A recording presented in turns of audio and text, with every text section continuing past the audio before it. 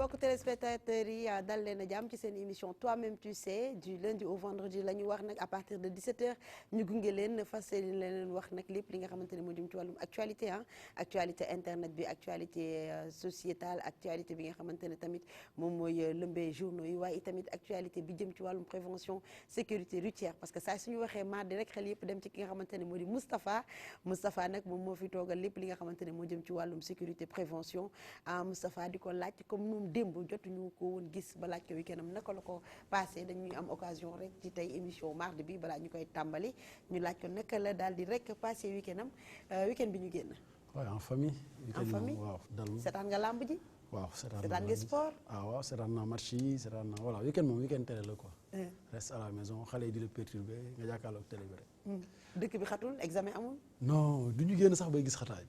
week-end kañ moom dañuy jël caabi yi teg fële bañ koo gis. alhamdulilah mais tey gis nañu sa plateau dafa coloré de. waaw tey dama bëri bagage. y a du vert am na orange. tey moom maa ngi mel ni communicateur traditionnel tey moom dina képp ay bagage tey moom lii yëpp maa moom. engagé nga ma doole de. voilà. il s'agit de Moustapha lu ma wax nga tontu ma. déet man kay wax dëgg yàlla yaa ruube yow kii affaire oto yi la lay laaj. nga dugg ci communicateur Mansour ak leen dëgg. tuub naa ko xale bi engagé na trop. tuub naa ko. dugg ci gaal yi mun nga mais gaalu gaynde boo ci duggee doo rëcc. bu dugg ma dugg gaalu gaynde génnaat naa ci donc. Moustapha moytu nag alaaji gaynde bu ndaw la. non génn bàyyi naa ko rek wala bu mag. bu mag ah gaynde sibi. gaynde taay lion indomptable. il s'agit de Moustapha en sécurité prévention routière comme ni mu ko indee tey ñu nar a waxtaanee lépp li nga xamante ne moo jëm ci wàllu panne ginnaaw loolu tamit dinañu waxtaanee li nga xamante ne mooy ñàkk kaaraange gi am ca passerelle ya foofa ca caaro yi jàmm gën Sicap Mbao toujours aussi un plaisir de retrouver notre Ndiaye central il s'appelle Abdoulaye Ndiaye moom nag il a marqué l'année 2019 ginnaaw bañ ko yóbbu woon fële ki nga xamante ne moo di sàmm bi yaa ngi taxaw ko damay fàttali nit ñi rek benn bilan la Abdoulaye Ndiaye ñu ngi lay dalal moo yor nag lépp li nga xamante ne mooy wàllum habitat waaye tey dafay gunge ci wàllum li nga xamante ne moo di actualité politique sociale actualité du net Abdoulaye Ndiaye ñu ngi lay nuyu. ñu ngi lay fay Léna. di la dalal. jaajëf ñu ngi lay tu as passé un excellent week-end. oh alhamdulilah dallu nañ rek mos nañ tuuti rek dallu tuuti rek. waaw delluwaat ci liggéey waaye central bi moom mënee su koo kii mën na sa nekk di. mënee su koo kii gome ko gome. dañ koy xool. ah dañ ko xool lii. nee na Ndiaye tout court. Ndiaye rek dindi nañ central Ndiaye kese. Mansour Sow aussi il est là sur le plateau moom nag mooy dalal ki nga xamante ne moom mooy Ibrahima Diagne di inspecteur de l'éducation responsable politique APR Diaoulé Mansour maa ngi lay nuyu encore une fois. delluwaat di la fay encore une fois. di la dalal ci plateau encore une fois. encore une fois man mbégte bokk ak yow plateau bi c'est un plaisir incommensurable. toog fii bu ñu gisee kanam yi dañuy am mbégte toog di waxtaan ak askanu Sénégal ndax yaakaar na li ñuy def askan bi moo tax ñu koy def te yaakaar nañ ni gis nañ ci genn wàll goo xamante ni bari nañ ci Sénégal yoo xamante ni ñu ngi bégee di rafetlu bu baax li nga xamante ñu ngi koy def nag à travers cette émission ñu yaakaar di ñaan yàlla nag mu lafal ñu cat ñu mën a wéy rek di leen bégal. voilà am na solo Ibrahima Diagne merci d'avoir accepté notre invitation. merci beaucoup Léna maa ngi lay nuyu di nuyu ñoo bokkal plateau bi. di kontaan ci émission bi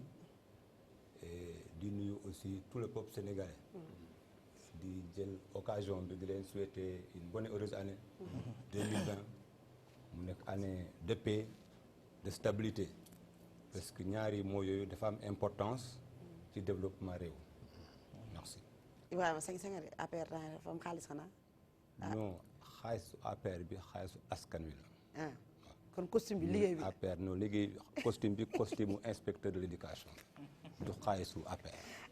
inspecteur bi alaaji inspecteur bi bulam bi doy na waar de. mais yow nga def sa marron du feu yow tamit toogee noonu. non jege ko daf ko marron glacé. foo moom ñun géwél foo waxuñ ci dara ñun moom na sedd rek. yii géwél du manché wu. nii nañ la alaaji man j'aimerais bàyyi rek nga souhaiter ñu joyeux anniversaire ki nga xamante ne mooy waaju ci Maymouna Niane. bokk ci émission toi-même tu sais di journaliste ci kër gi. di papa Abdoulaye Niane waaw kooku moom sama frère la Abdoulaye Niane sama frère la di papa yi Maymouna. daf ni ma bàyyil naa la Maymouna. yaay aussi Maymouna ni bàyyil naa la Maymouna bàjjenu Maymouna ni bàyyi naa la Maymouna. moo tax Maymouna toujours maa fii dama ko naan maa fii. mu ñett yooyu quoi. ñu koy ñaanal gudd fan ñaanal ku wér yàlla bàyyi ko ci kanamu njaboot gi. parce que kilifa gu baax la kilifa gu lawet la kilifa guy suivre ay doomam la. parce que sa doom nekk ci bërëb nga xam ñi muy liggéeyal ñëpp loolu kilifa guy suivre ay doomam la. muy li ñuy wax toujours naan parents yi des fois du ñu suivre seen doom yi moom bokkul ci parents yooyu kon Ablaye ñu ngi koy ñaanal yàlla ko yàlla fa gudd fan defal ko wér defal ko xéwal gu ni gàññi ba yaay bàyyi ko na ci kanamu njabootam ak papa yëpp et tous les papas ak les futurs mariés ñi waaj a nekk papa ak ñëpp rek ak papa yi jaaji Allahumma amina joyeux anniversaire à toi notre papa Abdoulaye Niane une occasion aussi di nuyu ñi nga xamante ne ñoo ñuy seetaan via canal 12 bu TNT waaye ñi nga xamante ne tamit ñooy internautes ñi rawatina ñu nekk bitim réew ku ci mel ni Babacar Ndiaye fële ca États-Unis fu mu toll nii nag mi ngi Sénégal fii cité Cœur Damel un gros coucou à vous yéen nañu dooleel rawatina tamit ñi nga xamante ne caabi féete na leen ginnaaw à chaque fois dama koy wax sañu maa tàmbale émission bi te duma leen nuyu ndax ginnaaw ba ñuy yónnee seen yóbbante boobu ba léegi suñuy xel daal du jug ci ñoom di leen ñaanal rek fi nga xamante ne foofu la ñu nekk yàlla jëlee leen fa ci anam yu mu gën a gaaw dañuy daal di rek xuus ci li am nga sa benn soppe nag bu tudd Gajaga Mbuur la nekk Gajaga càmmeñu madame Sarr la waaw daf ma yóbbante mu ni sa soppe la daal équipe bu TNTC ñëpp mais daal leena daal nee na yow moom sa soppe la Gajaga maa ngi lay nuyu di la dalal depuis xam Mbour nañ dinañu ñëw ba Mbour dafa émission toi-même tu sais bu ñuy décentraliser def kon ministre waaw incha allah tàmm nañoo def li nga xamante ni mooy antenne décentralisée dem fekki askan wi ci li nga xamante ni ci la ñu nekk seen i gox ak goxaat waxtaan ak ñoom saafonte ak ñoom yaakaar nañ ni dinañ ko def incessamment dem fekki leen ñu gis leen en chair et en os. gis ma dégg ko gis ma sax waa Alaaji Abdoulaye Ndiaye ak ñëpp ñi nga xamante ne ñoo bokk ak ñun toi-même tu sais dañuy xuus rek dugg ci li nga xamante ne mooy actualité du net ñor sur le plateau.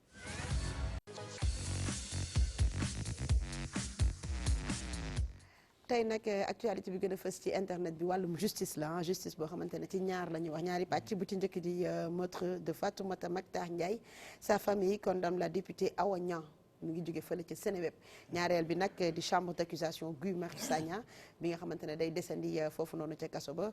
c'est co-accusé libre loolu nag mooy nekk li nga xamante ne mooy actualité du net ci wàllum actualité du net bi nga xam ne ñu ngi ko jëlee suñu naataango yooyu nekk ci Seneweb bu ci njëkk wax nga ko meurtre bu Fatoumata Mactar Ndiaye xam nga ni verdict ba jib na ndax kooku li nga xamante ni moom mooy Samba Sow laa koy wax sax du ma bëgg a wax Samba Sow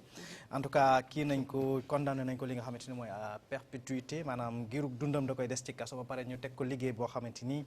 sañu ko bañ waaye verdict bi ba mu jibee ñi nga xamante ni nag ñoom ñooy fameem rawatina ki nga xamante ni moom mooy frère am maa ngi jégalu Amadou Mactar Ndiaye dafa jàpp ni que ni gannaaw bañ toogee ñetti at tamit di daw ci ginnaaw li nga xamante ni moom mooy procès bu mel ni le verdict bi donte daan yi nga xamante ni daan nañ ko Samba Sow moomulee diis na waaye taxul ñoom ñu gis ci seen bopp ndax dañoo jàpp ni ñoom ñàkk nañ ba pare waaye fi nga xamante ni fa lañ doon xaar tribunal nag mooy ci ñooñu nga xamante ni ba ñuy def procès bi jot nañ leen a lim tudd leen ci procès bi rawatina député boobu li nga xamante ni nag mooy moo nekk questeur ci assemblée nationale di Awa Niang jot nañ ko tudd ndax moom Samba moom moo ko tuddoon ni bokk na ci ñi nga xam ne ñooy commanditaire ñoom ñoo ko defloo woon mbir mi le famille bi daal ñoom lañ jàpp que ni rek verdict bi ñoom bégguñu ci ndax fu loolu le ñu ngi ci doon déglu ñi nga xamante ñoom ñooy les juridictions compétentes ñu wax ci li nga xamante ni ñooñu la fi jot a duut baaraam wax nga ko ñaareelu actualité bi mi ngi jëm ci wàllum mbirum Guy Marius Sagna ak ñaar ñi nga xamante ni ñoom la bokkaloon foofu li nga xamante ni ñu tegoon leen loxo chambre d'accusation gannaaw bi nga xamante ni nag avocat yooyu rawati ki nga xamante ni mooy maître Moussa Sarr dugaloon na li nga xamante ni moom mooy une demande de liberté provisoire dañ ko mujj neenal ndax mujj nañ bàyyi sax ñaar ñi nga xamante ni ñoom la fa nekkaloon di Fallou Galass Seck ak Ousmane Sarr waaye Guy Marius Sagna moom dañ ko téye wala dañ ko téyendigul fi nga xamante ni moom mooy ci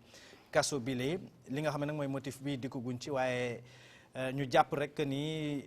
Guy Marius Sagna ak ñoom docteur Babacar Diop ak ñeenti étudiants ñoom lañ jàppandoo wala foofu nga xamante ni nag mooy ci grille yu palais de la République ci lu njëkk la nag ñu bàyyi ki nga xamante mooy docteur Babacar Diop ak ñeenti étudiants yi ñu desoon fa ñoom ñett Guy Marius Sagna ak ñaar ñooñu le mujj nañ bàyyi Fallou Galass Seck ak Oumar Sarr Guy Marius Sagna moo des ci kaso bi leenas mu nekk li nga xamante ne mu gën a fës ci internet bi ñu laaj rek ki di Ibrahima Diagne mu wax ñu xalaatam ci ñaari les cas yooyu. waaw merci beaucoup Léna ñaari mbir yooyu d'abord premier élément bi muy meurtre Fatoumata Mactar Ndiaye ñu ngi masawu famille bi parce que xam nañ ne lu métti la di leen jaale mais xam nga mbiru justice moom bu décision xesee jib ñun en tant que républicain dañoo gëm suñ justice xëy na métti na mais dañuy jàpp ne li justice def kooku moom moo war ñun tam bon xëy na nag xam nga boo amee sa waajur ou bien sa mag ñu faat ko ci condition yooyu lu tiis la lu métti la mais ñu ngi leen di ñaan rek ñu référé wu ci la décision de justice te xam ne justice ñëpp la fi nekkal. Deuxième point bi mooy Guy Marius foofu aussi c'est la même réponse. balaa ngay dem ci deuxième point bi nga yaakaar ni premier point bi li nga xamante ne moom mooy ki ñu teg daan révélation yi nga xamante ne jot na ko def jarul woon ñu saytu. waaw xëy na xam nga li ma wax rek ñun nous sommes pas des juges ñoom c'est des professionnels les juges kon dañoo jàpp ne suñu jëlee décision kooku c'est une décision conforme. ok te moo tax suñu commentaire mënul sori sur une décision de justice. côté boobu daal vraiment awma ci prolongation si commentaire yi. ok mbirum Guy Marius mbirum Guy Marius Sagna. waaw Guy Marius aussi c'est la même chose bi ñu commencé manifestation am na yu ñu jàppoon première fois ñu libéré docteur Babacar Diop deuxième fois muy tey ñu libéré 2 ou 3 moom moo des. xëy na aussi foofu justice moo apprécié ne par rapport aux faits yi nga xam ne mën nañu ko incriminer dafa war des en prison. waaw moo tax toujours man damay naan il est plus facile ñu commenter yeneen question que décision de justice puisque li nga xam ne mooy yoon boo xesee benn man wóolu naa justice genre arbitre bu jëlee décision da ngay jàpp ne la décision est conforme par rapport au texte par rapport aux lois et au règlement kon aussi Guy Marius man damaa jàpp ne li ko justice daan c'est normal par rapport à notre loi par rapport à nos textes et par rapport à nos règlements. merci beaucoup Ibrahima Abdoulaye. waaw ci bu njëkk bi. par rapport ak Fatoumata Mactar Ndiaye bi man dama jàpp ne keroog tonton Sall wax na ko fi day nekk benn exemple ci ñi nga xamante ni parce que boobu doomu aadama dafa nekk mbir mu métti mu doy waar donc tey jii buñ demee ba ñu toog 3 ans procès bi amul ak njabootam di yàkkamti chaque fois ñuy demander à ce que justice soit faite ba tey ñu amal procès bi je pense que tey bu ñu rendre verdict que ne dañ ko tëj je pense que day nekk benn sanction boo xamante ni dana mën a bàyyi loo xel ñeneen ñi parce que homme de confiance yi nga xam dañoo trahir seen confiance yi nga xamante ni moom la nit ñi amoon si ñoom dafa bëri woon gis nañu ko fi Tambacounda gis ko fi ak yeneen yoo fi xewoon donc lii am fi ci koo xamante ni dafa doon nekk ci bànqaas bu ñëpp ràññi di conseil économique social et environnemental jëf ju ñaaw jooju am je pense que ba moom mi boppam mi nga xam ne moom moo def jëye ji reconnaître que ne fee yi kat moom moo ko def ba la fois passée ba ñu doon wax est-ce que benn sociologue di wax ni war nañoo jàngataat mbir yi parce que ak anam yi mu doon waxee keroog li mu doon wax ci kàddu yoo xam ne dafa xaw a doy waar je pense que kon tey jii bu fekkee justice dafa rendre verdict dañoo war a confier wu ci loolu mu rendre que ne lii moo am mais beneen bi mooy ñi nga xamante peut-être li ci xaw a tey xel rek mooy wax na ko sànq c'est vrai que duñ mën a xóotal bu baax mbirum yoon la mais comme am na ñu ciy tuumaal ni ñu defee liggéey bi ba nga xam ne daan nañ kee ñoom tamit ñu ngi leen di sàkku suñu yoon ñu def ay jéego def ay saytu bu baax ñoom it comme ni ngi leen ci laam-laamee ana tey ñoom lan mooy seen ëllëg ci wàllu wi ni mel loolu bu ñu ko defee je pense que dinañ mën a féexal nit ñi mën a am dal mais aussi nit ñi li may jeexale mooy nañu bàyyi à chaque fois que bu yu mel noonu amee il faut que benn collectif juddu fenn ne dañuy contre lii parce que réew bu fekkee justice amu fa rek day jaxasoo day am te bu jaxasoo amee rek musiba mbaabu kumba dafay am donc il faut que ñu nangu ko ne bu justice bu ñu ko tënkee ba tëral ko ba tëggu ko mool ko mu am ay loi ñu joxe dara nañ ci confier wu je pense que fekkente ni nañ ko doxalee laa wax de loi yee tegu na si yoon. am na solo mbirum Guy Marius Sagna bi. waaw mbirum Guy Marius Sagna bi foofu moom peut-être que duma fi d'accord benn yoon ak. suñu gan bi monsieur Diagne. parce que tamit bu ñu xoolee Guy Marius Sagna ak ki nga xam te moom mooy Oumar Seck ak keneen ki Fallou Gallas waaw ñoom la ñu boole woon nguufaan ci fa jàpp fa li nga xam te moom moo di ca buntu giri palais présidentiel man jour boobu maa nga fa j'étais là-bas je pense que tey jii lañ leen jàppee fekkente loolu lañ leen jàppee noonu keroog loolu lañ leen tëjee bu ñu bàyyee ñi dañoo war a bàyyi ñi man loolu mooy sama gis si bopp fekkente tey nañ léegi c'est-à-dire que am na lu nekk ci ginnaaw loo xamante ni leeraluñ ñu ko te boobaa li ñu convoqué foofu mooy il y a dans tout ça la mainmise de l'exécutif ci appareil judiciaire bi te boobaa xel dafay teye te bu xel teye rek justice bi day xaw a jaxasoo. merci beaucoup Abdoulaye Ndiaye Moustapha. waaw par rapport ak Fatoumata Mactar Ndiaye man yaakaar naa ne serait-ce que pour ñi nga xam ne ñoom lañ ci tudd pour seen derset pour man ñoom ñoo waroon a sax fexe justice defaat enquête pour mën leen a laver seen honneur au moins. ñi nga xamante ne tuumal nañu. waaw ñi nga xam ne tudd nañu parce que c'est pas des moindres duñu ay n'importe qui. ñoo xamante ne c'est des députés ak ñoo xamante ne ay kilifa lañ ci réew mi bu ñu leen tuddee ci lu mel nii yaakaar naa verdict bu demee ba tombé ba ay coow di jib ñeneen di waxee feneen ñoom yaakaar naa ñoom ñoo war a njëkk a jug ne procureur woo ñu nga entendre ñu ibbiwaat procès pour ñu mën a setal suñu der parce que bu fekkente ne am na ñoo convaincre am na ñoo xamante ne mbir mi leerul seen bopp pour ñoom seen der mën a set yaakaar naa ñoom ñoo mën a activer loolu noonu waaw par rapport au cas Guy Marius Sagna damay rejoindre Aboulaye Ndiaye parce que tey ñun bu fekkente ne dañoo jël benn exemple ñu ànd dem def association de malfaiteurs waru ñoo mën a am ay peines yu différents bu fekkente ne benn délit bi la ñun ñëpp ñoo war a mën a ànd dem bokk peine kon bu fekkente ne def na lii ñu def ñoom Guy Marius Sagna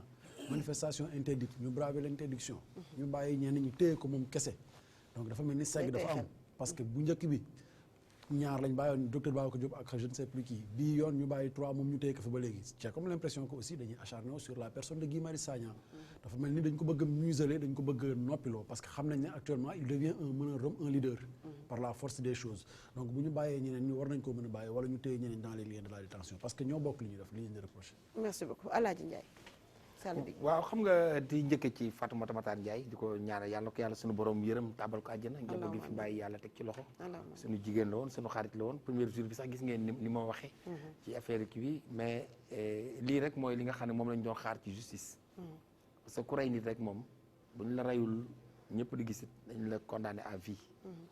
plus travaux forcés fay la nga fay amende boo xam ne di nga ko jox njabootam parce que bu ñu dee def nii rek yaakaar naa ne léegi rey yi wàññeeku parce que toujours ñi nga xam seen homme de confiance yi toujours nii lay mujjee gis nga affaire bi xewoon fële Tambacounda ki rayoon doomu député bi xam nga loolu toujours sa homme de confiance xam nga dafa doy waar léegi nag yu mel nii il faut ñu koy def di delloo si nit ñi ñu xam ne yoon am na fi mais man dama jàpp ni ba tey li Moustapha wax dëgg la parce que mbir bu ñu la ci tuddee yaa war a jóg seetal sa bopp. te ba pare yow tamit ñi ci tudd Awa Niang député de l'Assemblée nationale. di questeur ci ñu ndaw. ba pare dëkk Pikine. ba pare dëkk Pikine doon xaritam ñuy ànd. ñuy bokk seen i meeting bokk seen APR bokk seen nekk responsable des femmes APR yi nekk département Pikine. donc buñ ko ci tuddee moom bu ko waxee bu ko waxul am na lu ko naqari. li ñu naan nag leerlu dafa baax xam nga dafa am toujours benn député bu may jël ci moom exemple toujours Mamadou Seck. taw Abdoulaye Wade. Mamadou Seck bu Mbaaw. dañ ko mës a takkal. mu démissionné. dafa démissionné ni man damay dindi sama kiiraay sama mbubu kiiraay. nañ ma càmbar bu ma setee ma dellu si bu ma setul lu yoon wax nañ ma ko teg ñu càmbar ko. lañ ko diñ tax ko ci dara mu nekkaat assemblée nationale. kooku am na woy boo xam ne dafay ci Sénégal. man tey dama jàpp ni Awa Niang ak ñooñ bu leen ci tuddee sax ñoom danoo war a leeral pour que digganteem ak mbokki Fatoumata Mactar Ndiaye mën na ri tax. en plus. ci parti bi ñu bokk toujours bu génnee ëllëg parce que Sénégal attention de da ngay def dara tey ëllëg sa moroom ngay xuloo ci parti bi mu xase la ko sa xam ngeen fi may waxee bu baax donc moom dafa war a fexe sax affaire bi leer loolu nag liggéey justice la li justice def nag ànd nañ ci mais ba tey rek du tere leerlu ba mu leer nga setal sa der nee nañu weddi tuuma du ragal da ngaa bëgg sa der setal deram ba mu set yaakaar naa ne wàññiwul dara mais man nag jàpp naa ne jusqu'à la preuve du contraire ak waa jooju ñi mu doon waxee keroog xaw ma dafa tiit wax xaw ma rey nit bi moo nekk ci bopp bi mais jusqu'à la preuve du contraire ak ni mu doon waxee ak yamu ci doon wax yëpp ah yàlla rek a xam de mais man gëmuma ko à 100% man du ma gëm ko li ma doon wax noonu gëmuma ko à 100% man maa xam nag li tax man gëmuma ko moo man la concerné parce que man xam naa parce que Pikine laa dëkk te xam naa leen ñoom ñëpp bi ci des nag mooy Guy Marius Sagna foofu du ma ci sori yàlla na ko yàlla génne ci guddi yooyu mu nekk yàlla ko fa yàlla rek génne parce que dafa am loo xam ne bu amee amati da ngay ñaan yàlla sunu borom yàlla na ko génne foofu parce que yàlla rek moo fi nekk kenn neew fi kudd sunu borom Guy Marius Sagna yàlla na ko yàlla génne ci lëndëm yi mu nekk mu dellu ci njabootam dama koy ñaanal. d'accord Alaaji Sall bi Mansour ñu déggandoo ko li nga xamante ne moo di actualité du net ñaari cas yooyu bu ci mel ni maître Fatoumata Mactar Ndiaye gis nañ ni ñi nga xamante ne jot nañ leen tudd ba léegi dafa mel ni nañ ko neenal waaye tamit Guy Marius Sagna ñu ma doon àndal loolu di xeex ñu bàyyi ci ñëpp moom it ñu téye ko yëf yi mel ni justice Sénégal dafa mel ni tëddeewul ñaaxaanaay ni mu ko waroon tëddee en tout cas ñaari cas yëpp mën a nekk ay cas d'école war nañ ko mën a jàngale sax ëllëg ci ay ci l'école yi. man ay question rek laa am yoo xamante ni peut-être war naa ko mën poser askan bi tamit mën nañ ci tontu. mooy tey kii nga xamante ni moom mooy Samba Sow mi nga xamante ni jàpp nañ ne ba muy faat bu li nga xamante ni moom la justice wax nag ba muy faat soxna si 300 000 la soxla woon tey xam nga ñaata lañ ko condamné pour mun fay. 350 millions. est-ce que ñi ngi xalaat mbir mi et un crime n'est jamais parfait mënoo rey nit noonu rek après ni mes ak moom man El Hadj Sall dafa wax benn point boo xamante ni c'est très important il faut nit ñi explorer ko aussi ci plaidoirie yeeg yooyu noonu dégg nañu Samba bu mu waxee ci lu bëree bëri wax yi xaw na doy waar daal parce que am na yenn yoo xamante ni peut-être mën na nekk une stratégie aussi ay wax yoo xamante ni nit mënu ko wax sax ci chaîne de télévision buñ ci munti am rek bañ tëdd nañu Mansour rek waaw non ci laa jëm mais dama ni mën na nekk une stratégie boo xamante ni moom daf ko adopté pour mën a permettre au moins mu mën a rëcc ci genn wàll parce que rëcc ci 100% mu mënul nekk ku ñu tudd ci faat bakkan il faut que ñu dem ba justice moo la mën a setal mais booy wax yenn mbir yi tamit day am des fois yenn incohérence yoo xamante ni doy waar beneen bi nag moom mooy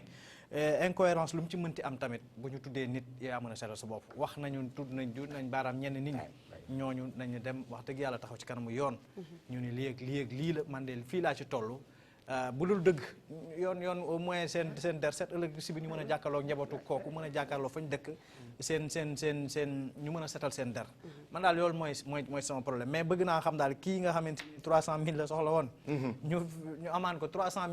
350 millions fu mu koy jëlee man loolu c'est un problème boo xamante ni je veux savoir nan la justice def ba mën a jot loolu yaakaar naa peut-être ñi nga xamante ni seen xam-xam màcc na ci wàllu dinañ ci mën tontu ce sont des questions légitimes beneen bi moom mooy kaaw Guy Marius Sagna man de jusqu'à preuve du contraire dama jàpp ne bu weesoo bu fekkee c'est une supposition hypothèse la bu fekkee tey jëlee Guy Marius Sagna nekkuloon ci kaaw li nga xamante mooy sursis xaw ma ndax nekkoon na sursis wala yooyu bu nekkul woon man sincèrement ñu maintenir ko en prison man jaaxal na ma justice bu Sénégal sincèrement parlant bu fekkee du cas bi loolu parce que motifu li nga xamante moo war a rejet bi jot nañu ki nga xamante ni mooy avocat di maître Moussa Sarr mais jotaguñu motiver guñ ko maanaam jotaguñ ko notifier li nga xamante ni moo tax ñu rejeté ko donc ñun lu ñu ci mënti demee aussi dañ ciy dem rek ay hypothèse wala suñu analyse bopp mais dama yaakaar ni bu fekkee ni Guy Marius parce que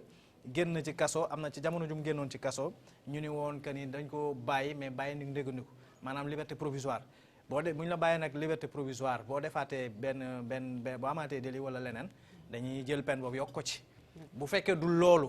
man de ñu maintenir ko sincèrement ci kaso bi yaakaar naa ni Sénégal du luy rafet démocratie bu Sénégal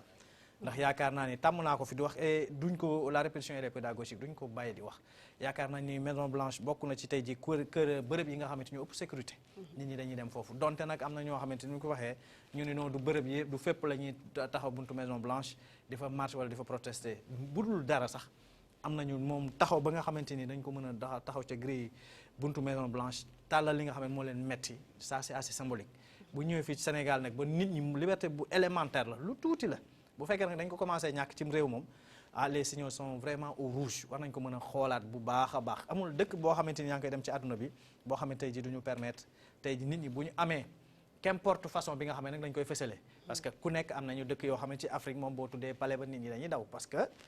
foofu jàmm nekk fa palais ba moom kenn xalaatul dem foofu mais kaaw Guy Marius Sagna vraiment war nañ ci mën a taxaw xool seetluwaat ko maanaam bu dul hypothèse boobu ma demee nekkuloon en sursis ñu maintenir ko bàyyi ñi nga xamante ni moom mooy ko détenu yooyu bàyyi docteur Babacar Diop bàyyi étudiants yi tey ji ñu bàyyi ki nga xamante mooy Fallou Gallas ak keneen ki mu àndaloon moom ñu téye ko fa doy na waar dool na waar ci wàllum justice bu fekkee nekkul hypothèse boobu daal man lu ko fa war a téye jaaxal na am na solo loolu nekkoon li nga xamante ne mooy actualité du net dañuy xuus rek dugg ci actualité politique et sociale ànd ci suñu invité du jour Ibrahima Diagne.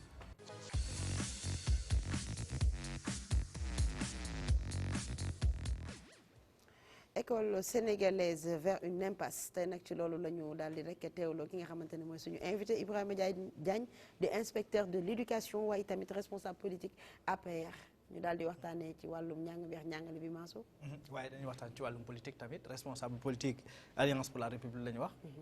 fii xam nga lépp lu jëm ci wàllum actualité lenn dañ ko fi toog di fi waxtaanee. te jamono ji ñuy àddoo ki nga xamante ni mooy Moustapha Diakhaté xam nga bëggoon na créer benn courant. note bi nga xamante ni jot nañ ko commission de discipline bu Alliance pour la République ñi nga xam ne ñoom ñoo fa nekkoon di monsieur Abdoulaye Badji Benoît Sambou ancien ministre monsieur Abdou Mbow ak ki nga xam ne mooy Mbaye Ndiaye moom fekkewu ko mais dafa jégalu dañoo gis que bi ñu réviser yi nga xam ne mooy article 3 4 14 19 ak 20 yu statut bu Alliance pour la République dañoo jàpp ni gisaat beneen article 25 et 26 du règlement intérieur de l'Alliance pour la République ñu gis taxawaay bi nga xamante ni mooy kooku nga xamante ni moom mooy Moustapha Diakhaté daf ko taxawee ñu jàpp ni dafa ñëw ngir jaxase parti bi dañ koo dàq ci parti bi. loolu mooy décision finale bi nga xamante ni génne nañ ko léegi ni jëlee nañ ko ci biir parti Alliance pour la République Ibrahima bokk ci ñi nga xamante ni ñu ngi milité ci parti boobu fële ci région bu Fatick dëkk bu ñu naan Diawlé information bi ba nga ko déggee ban analyse nga ciy def. waaw merci beaucoup Mansour. Information bi jot naa ko par le biais de la presse. xam nga muy parti politique muy GIE muy association muy ASC. boo ci gis dafa am ay règles de fonctionnement dafa am ay statut am règlement intérieur cité nga léegi ay article 1 14 25 dañ ne tout militant ou tout membre d'une organisation tu vas rester membre à condition que nga respecter le règlement intérieur ou les statuts de l'association. Et la première infraction mooy boo nekkee un membre d'un parti politique yow am nga espace interne boo mën a waxee say idée puisque même li ma constaté mooy ñu bëri dañuy dem dans la presse à la presse ou dans les réseaux sociaux di contester le fonctionnement des partis politiques alors que les partis se réunissent régulièrement. mais yow boo amee loo mën a contester est-ce que parti bi nga xam ne ci nga bokk di Alliance pour la République seen instance yooyu nga xam ne mooy délibérative ñu ngi réunir. mais oui normalement l'exécutif day réunir. donc je veux dire que boo nekkee un responsable politique ancien président groupe parlementaire de Benno Bokk Yaakaar à la 12e législature pour man am na ay espace yu mu jàllale ses idées plutôt que mu nekk à la presse ou dans les réseaux sociaux. Par exemple, boo bëggee créer un courant au sein de l'APR, est-ce que dans les statuts de l'association, de la formation politique, est-ce que dans le règlement intérieur, est-ce qu'il est prévu la création d'un courant politique? Ce que c'est pas permis. Mais si vous créez de facto, tu es tout exclu. En tout cas, man suma njàngat mooy boo nekkee ci parti pour man boo amee looy wax da nga war a wàccoog li nga xam ne mooy règlement intérieur bi mais ñu gis jafe-jafe ji fi mu tàmbalee bokk na ci coowal troisième mandat bañ ko fi yëkkatee ñi ko fi yëkkati yëpp gis nañ yet bi dafa dal seen kaw bi ci njëkk di Sori Kaba ñu jëlee ko ci direction des Sénégalais de l'extérieur moom ba mu ko waxee ci cabinet président bi mu bokkoon dañ ko ci génnee lan la ñuy làqatu lan la ñuy tiit ba war a mën a di xupp nit ñi kuy wax ci wàllu woowu. mais Mansour fi nga nekk nii à DTV am na des règles de fonctionnement. bien sûr. boo si nekkee da ngay d'accord ne man d'accord naa ci règle de fonctionnement de la DTV kon amatoo droit di ko contester sinon boo fa demee ba xam ne neexatu la mais tu sors. Donc le troisième mandat, le président l'a réglé depuis longtemps, il l'a dit. Donc pourquoi les responsables politiques... Il est dans le clair-obscur. Non, man, je pense que ce n'est pas obscur. Parce qu'à plusieurs reprises, il wax na ci troisième mandat. Kon maintenant, si nous poussons, et puis c'est clair, xam nga aussi njiitu réew, nous sommes 16 millions de Sénégalais. Ce n'est pas une famille de 10 personnes. Ce n'est pas un quartier de 15 à 20 maisons. Boo nekkee un président de la République da ngay am responsabilité am na détails yoo xam ne lu ci dugg mu à chaque fois bu ñu ko laajee day ne cette question du troisième mandat je l'ai réglé kon mais pourquoi ces gens-là reviennent encore à poser la question du troisième mandat en tout cas pour man su ma xalaat ci troisième mandat bi je me confère à ce que le président a dit. Est-ce que jiixi jaaxa bi milo bi ñuy gis seen parti bi tekkiwul li nit ñi doon wax que ni Alliance pour la République parti la boo xamante ni amul benn structuration. Non am na structuration peut-être un problème d'organisation. lan xam nga aussi parti au pouvoir non puisque boo ne amul structuration amul fonctionnement am na structure yi fonctionner. am na structure mais structure yëpp fonctionné wul. oui kooku moom il faut dire que pratiquement c'est dans toutes les formations politiques. d'ailleurs amul leen li ñuy wax école du parti. peut-être formaliser wuñ ko. maître waar lañ ko jox mais gone yu bëree bëri daal gisuñu ci seen bopp. oui mais je pense que quand même la formation des militants man milité en tant que responsable su ma bëggee information xam naa fan laa war a dem di am information su ma amee contestation war naa xam naa fan laa war a dem ba contester kon aujourd'hui si Moustapha Diakhaté sort pour créer un courant au sein de l'APR la première question bi ñu war a poser mooy est-ce que le parti prévoit cette disposition su ko prévoiree ok sinon c'est lui-même qui a fait infraction au règlement du parti. Est-ce que questions yi mu jot a soulever ce ne sont pas des questions légitimes ci genn wàll parce qu'il faudrait préparer l'après Macky. moom bi mu ko waxee ba léegi dafa mel ni ñu bari après Macky. Macky n'a même pas encore fait 1 an dans le 2e mandat. mais il lui reste 4 ans. Oui, mais 4 ans c'est beaucoup. Li ko dese c'est 4 fois plus que ce qu'il a fait. Il a 5 ans le 2e mandat. defagul sax 1 an ñu interroger wu c'est la suite des 4 ans. C'est pas logique. bu fekkoon ne sax au moins. non bu fekkoon ne sax au moins il a fait les 2 tiers. ñu soog ci interroger wu. mais si on est en politique aussi xanaa ñu toog ba 4 ans yi jeex ñuy soog a wax si l'après Macky. débat boobu mais débat boobu c'est pas l'APR qui doit poser ce débat nañ bay opposition mu poser wu ces questions là mais ñun le moment venu l'APR dina xam lan lay def et puis moom bu ko bëggee poser mais na dem au sein de l'APR poser ko foofu mais bu mu ko poser dans la presse bu mu ko poser dans les réseaux sociaux. Est-ce qu'on lui a laissé le libre cours mu mën ko exposer au niveau oui des oui instances? non kooku je sais que en tant qu'ancien président groupe parlementaire su bëggoon am une plage vraiment où il peut exposer ses idées auprès du président il peut l'avoir je suis certain. bala ñuy jàll ci li nga xamante ni moo gën a nekk solo waxtaan wi lii da ci dugg rek parce que actualité la ñuy wax ku wala Alaaji Sall dafa mel ni bëgg naa wax ci mbir mi de. ci actualité bi kañ Moussa waaw ci actualité bi lañ des ñu bëgg nañ ci réagir duggaguñu ci kii bi ci actualité école bi. effectivement xam nga Moustapha Diakhaté ci foo ñuy wax ko parce que ñëpp man xam naa franc parler xam naa aussi lu nekk ci moom da koy wax xam naa ko ci moom parce que moom li mu yëg da koy wax li nga xam ne aussi lëndëm na ci moom da koy wax mais peut-être am na benn ñagas-ñagas bu nekk ci digganteem xëy na ak président wala xëy na am na ñagas-ñagas bu nekk ci digganteeg ñenn ci waa APR mais je crois am na loo xam ni looy wax ak nit ki ak looy wax ak nit ñi parce que moom bu leen fàtte nekkoon na chef de cabinet président de la République donc kon moom am na lu dox digganteem ak président et puis danaan moom ak président amuñu problème parce que président xaritam la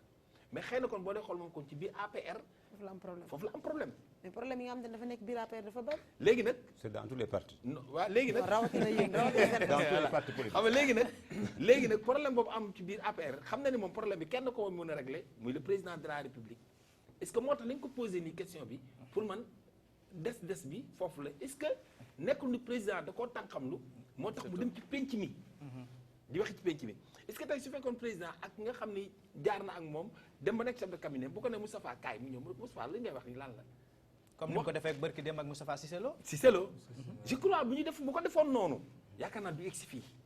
mais je crois dafa am beneen tànqam lu bu dox ci diggante ak président en tant que leader am en tant que président de la République en tant que xaritam aussi je crois loolu moo waral Moustapha kii Diakhaté di dem ci penc mi di wax parce que tamit aussi nit ki foo yaakaar wala def nga boo yuuxu fa ngay fete si gémmiñ loolu la quoi léegi est-ce que nekkul ni loolu aussi parce que du moom rek leen day wax dëgg la de APR je crois dama gis ni ñu bëri dañuy ñaxtu xëy na Moustapha Diakhaté dafa gën a fës mais gis nga bukk bi ko matt moo matt ñu bëri ñi ne ñaan président jotatuma ci moom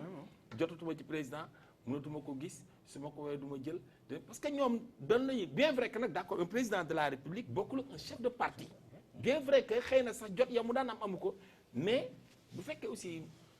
parti bi muy APR. est-ce que li nga wax ni jotul boo nekkee njiitum réew nga démissionné ci sa président. non avant may dugg foofu sax man foofu sax sori na quoi avant may dugg foofu mais da nga nekk njiitu réew mais en même temps aussi da nga nekk njiitu parti mais njiitu parti boobu koo ci gis muy am lu ko naqari rek je crois war nga koo woo ci sa njaboot la nga wax ak moom comme ni nga ko defee ak Cissé Lo bu ko defoon Moustapha Diakhaté def ko keneen ak keneen ak keneen je crois dina parti bi li ñu naan armée mexicain la kenn yiliful kenn je crois dina mën a dañ mais li fekk ne loolu mi ngi fi te kenn moo ko mën a régler muy le président du parti en même temps le président de la République say fekk loolu nag mi ngi fi yow mi sax géntu mu benn bis nga xëy rek ñaxtu non même su may ñaxtu ci biir laa koy def mën naa ñaxtu mais ci biir laa koy defee xam nga aussi nga am rek lu naqari ni damay gën a créer courant politique day yomb moo tax boo demee ci syndicats yi on a plus de 100 syndicats d'enseignants nga dem ci ONG yi lu mot plus de 100 les partis c'est-à-dire yow boo nekkul ne boo nekk ci kër rek soo amee lu la naqar da nga naan xaar ma fippu dem samp sama kër da ngay toog jéem a xool ni nga koy réglé ak borom kër gi et puis. mais est-ce que borom kër gi aussi est-ce que borom kër gi aussi woo na ko. borom kër gi nag mul woo les. parce que moom mënut a dem directement ci borom kër gi du yombewul noonu. mais Ndiaye est-ce que borom kër gi aussi waru koo woo xam ni njabootam la mu woo ko. mais njaboot bu ko wooyee. woo Ibrahima Diagne woo diw aw Fouta woo diw en Casamance mënu ko. mënul président Macky Sall mënul ku jóg rek ñaxtu. mais Moustapha Diakhaté am na ñoo xam ne foofu moo ne ku mel ni Moustapha Diakhaté nekk président groupe parlementaire nekk ancien APR doon kilifa mais Moustapha benn responsable politique la comme tout le monde mel na. tolloo wuñ de boobu mën a proposé beneen responsable amoon mais amatu ko. mais ba tey mi ngi fi rek. mais même bañ ko dindee posture boobu amoon. oui mais posture boobu bu ko amee kooku nag moo tax li mu amee posture boobu moo tax nag warul woon demee ci démarche boobu. li ñu mën a pardonner aux militants simple. mënuñ ko pardonner aux responsables politiques. wax nga ko nekkoon na au côté. moo tax ni ñuy taxawoo militant simple mënuñu ko taxawoo tamit benn responsable. justement mais moom fi mu nekk nii sa démarche là c'est la démarche des militants simples. nga am rek lu la naqari ci parti politique APR nga ne damay créer un courant politique. sans pour autant nga xool est-ce que le fonctionnement du parti permet la création d'un courant politique. mais est-ce que courant la boobu première question courant boobu nga baal monsieur Diagne est-ce que courant boobu aussi du indi problème est-ce que du dem bokk ñaxtu du dem bokk ci courant boobu. justement mais c'est pas bon. ça devient loo tax ñu bëgg a damm kii bi attention non xam nga aussi courant Sénégal boobu mën naa nekk mais gis nga mouvement de wala mu nekk gis nga boo xoolee histoire politique mais léegi lan la jur en tout cas lan la jur après day rey parti ba bu yàgg. non gis nañ ñoo xam ne dañuy gën ci parti toog fi 6 mois 7 mois ils reviennent dans le parti c'est-à-dire moo tax man la Sénégal il faut ñu xoolaat suñ posture par rapport à la politique. mais xam nga man leen xoolaat posture boobu man dama jàpp ne mënul passé parti yi ñu xoolaat ko tamit. oui d'accord na parce que bu tey jii yéen seen permanence baa ngi fii toll ni àdduna te du fa dajal lu dul feet. non ay anniversaire non d'accord ma léegi non d'accord ma feew foofu. marche dafa am solo ci école du parti bi c'est-à-dire que il faut que parti politique yi di organiser wu am école du parti di former. fii da ngay ñii dem ci plateau yi doo xam ñan la ñiy wax doo xam ñan la ñi gën doo xam ñan loolu mel ne sabar gu tas parti politique yi day mel ne comme mouvement yi judd ay courant yi ñooy mujj nekk ñooy ëpp seen raison d'existence muy ëpp njariñ que parti politique. courant yi de bu yàgg sa te Sénélec parti lay politique yi wax sànq tant que tey da nekk Sénélec parce que tey jii yéen parti bu ngeen bëggee jàpp ne parti politique yi tant que campagne électorale jub si wut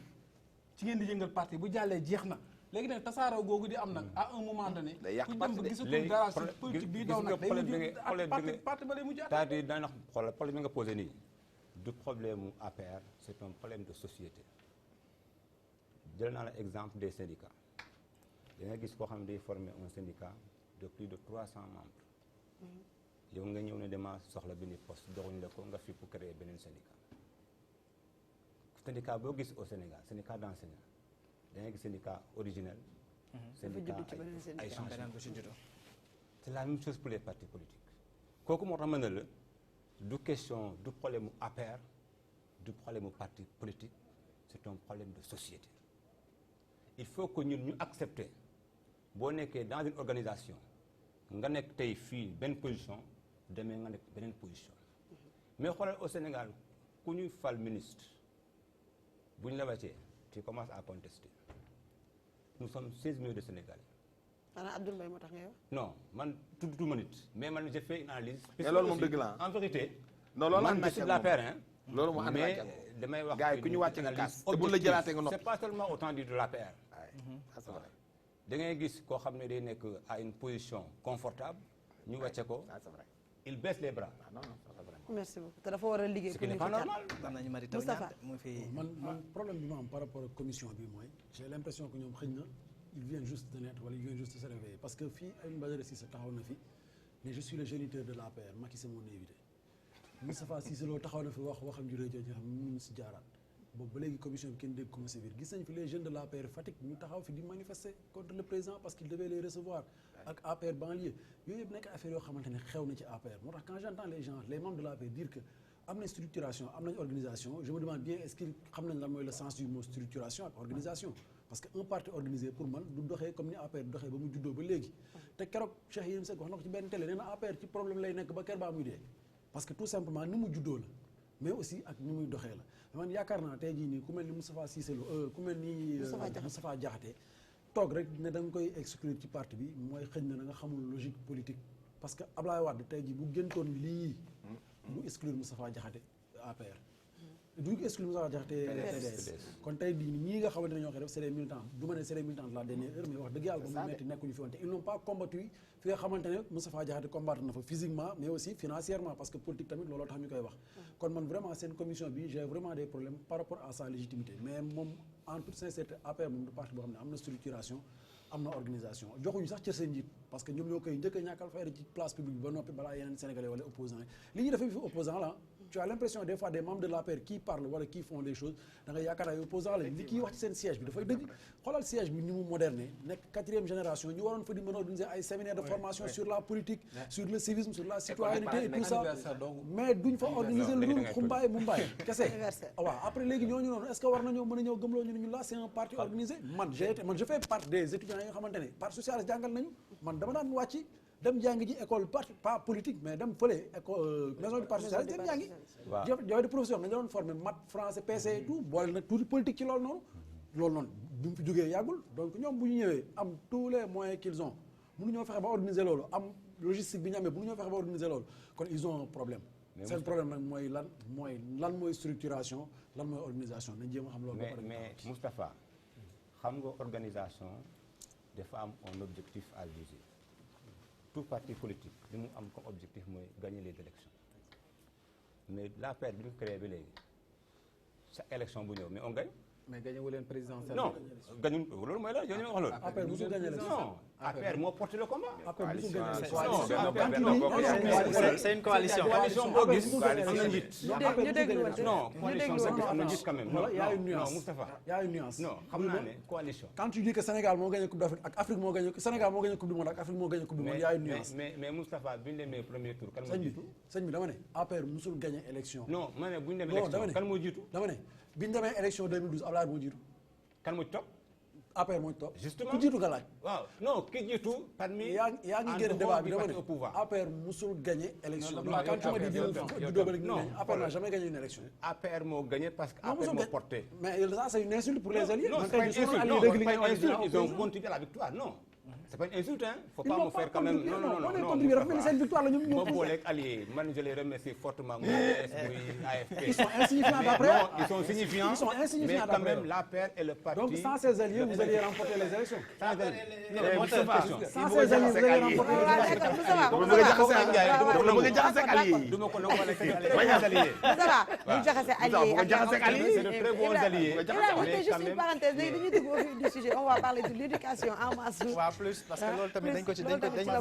ñambaas waaw dañ ko ci loolu maa du gën a baax bu ko bale non mais en fait bala ñu dugg ci lenn du question sax mais une petite contribution yaa ngi duggaat non du ma ci duggaat une petite contribution du ma ko joxaat kàddu gi mais def naa benn constat man tamit sincèrement parlant tudd na fi sànq président Abdoulaye Wade wax kaaw Moustapha Diakhaté je sais pas ndax bukki ba coïncidence la daal xaw ma coïncidence la xaw ma en tout cas lu ñëw la lu ñu gisandoo nii ba muy deuxième mandat bu président Abdoulaye Wade ci la amaloon taxawaay bi bañ génnee ko fa ñu ngi deuxième mandat bu président Abdoulaye Wade xam nga ay coïncidence la yoo xam ne peut-être mën nañoo wax pure coïncidence la rek wala élection présidentielle xamuñu mën a nekk ci genn wàll tamit parce que way politique lañ lu ñu ci mënti wax te ñëpp ay politiciens lañ mën nañ nekk benn clin d'œil la boo xamante ni ëllëg ak si biir man su ma fi nekkul aussi bu fekkee Mansour Sow moom moo fi toog mën a bokk ci li nga xamante ni moom mooy statut dëgg gis nga Mansour li nga wax nii man dama ci ànd à 100% xam nga lu tax politique ay calcul la mandat bi dañu naan c'est le second mandat loolu la ñu wax léegi nag ku ci nekk da ngay jéem a xool yow ban yoon ngay jaar parce que yëpp ay calcul la mais dafa teel mais nag man xam fa la mais xam teel bi tax war président war ko may gis nga boo taalee sa taal bu dee matt bu saxaar nga buddi sànni di nga dem ba doo dese matt doo dese tàkk loolu problème dafa teel xam nga yow par exemple tey Poutine barki dem la proposé ay réformes. Poutine n'est pas une référence. non ni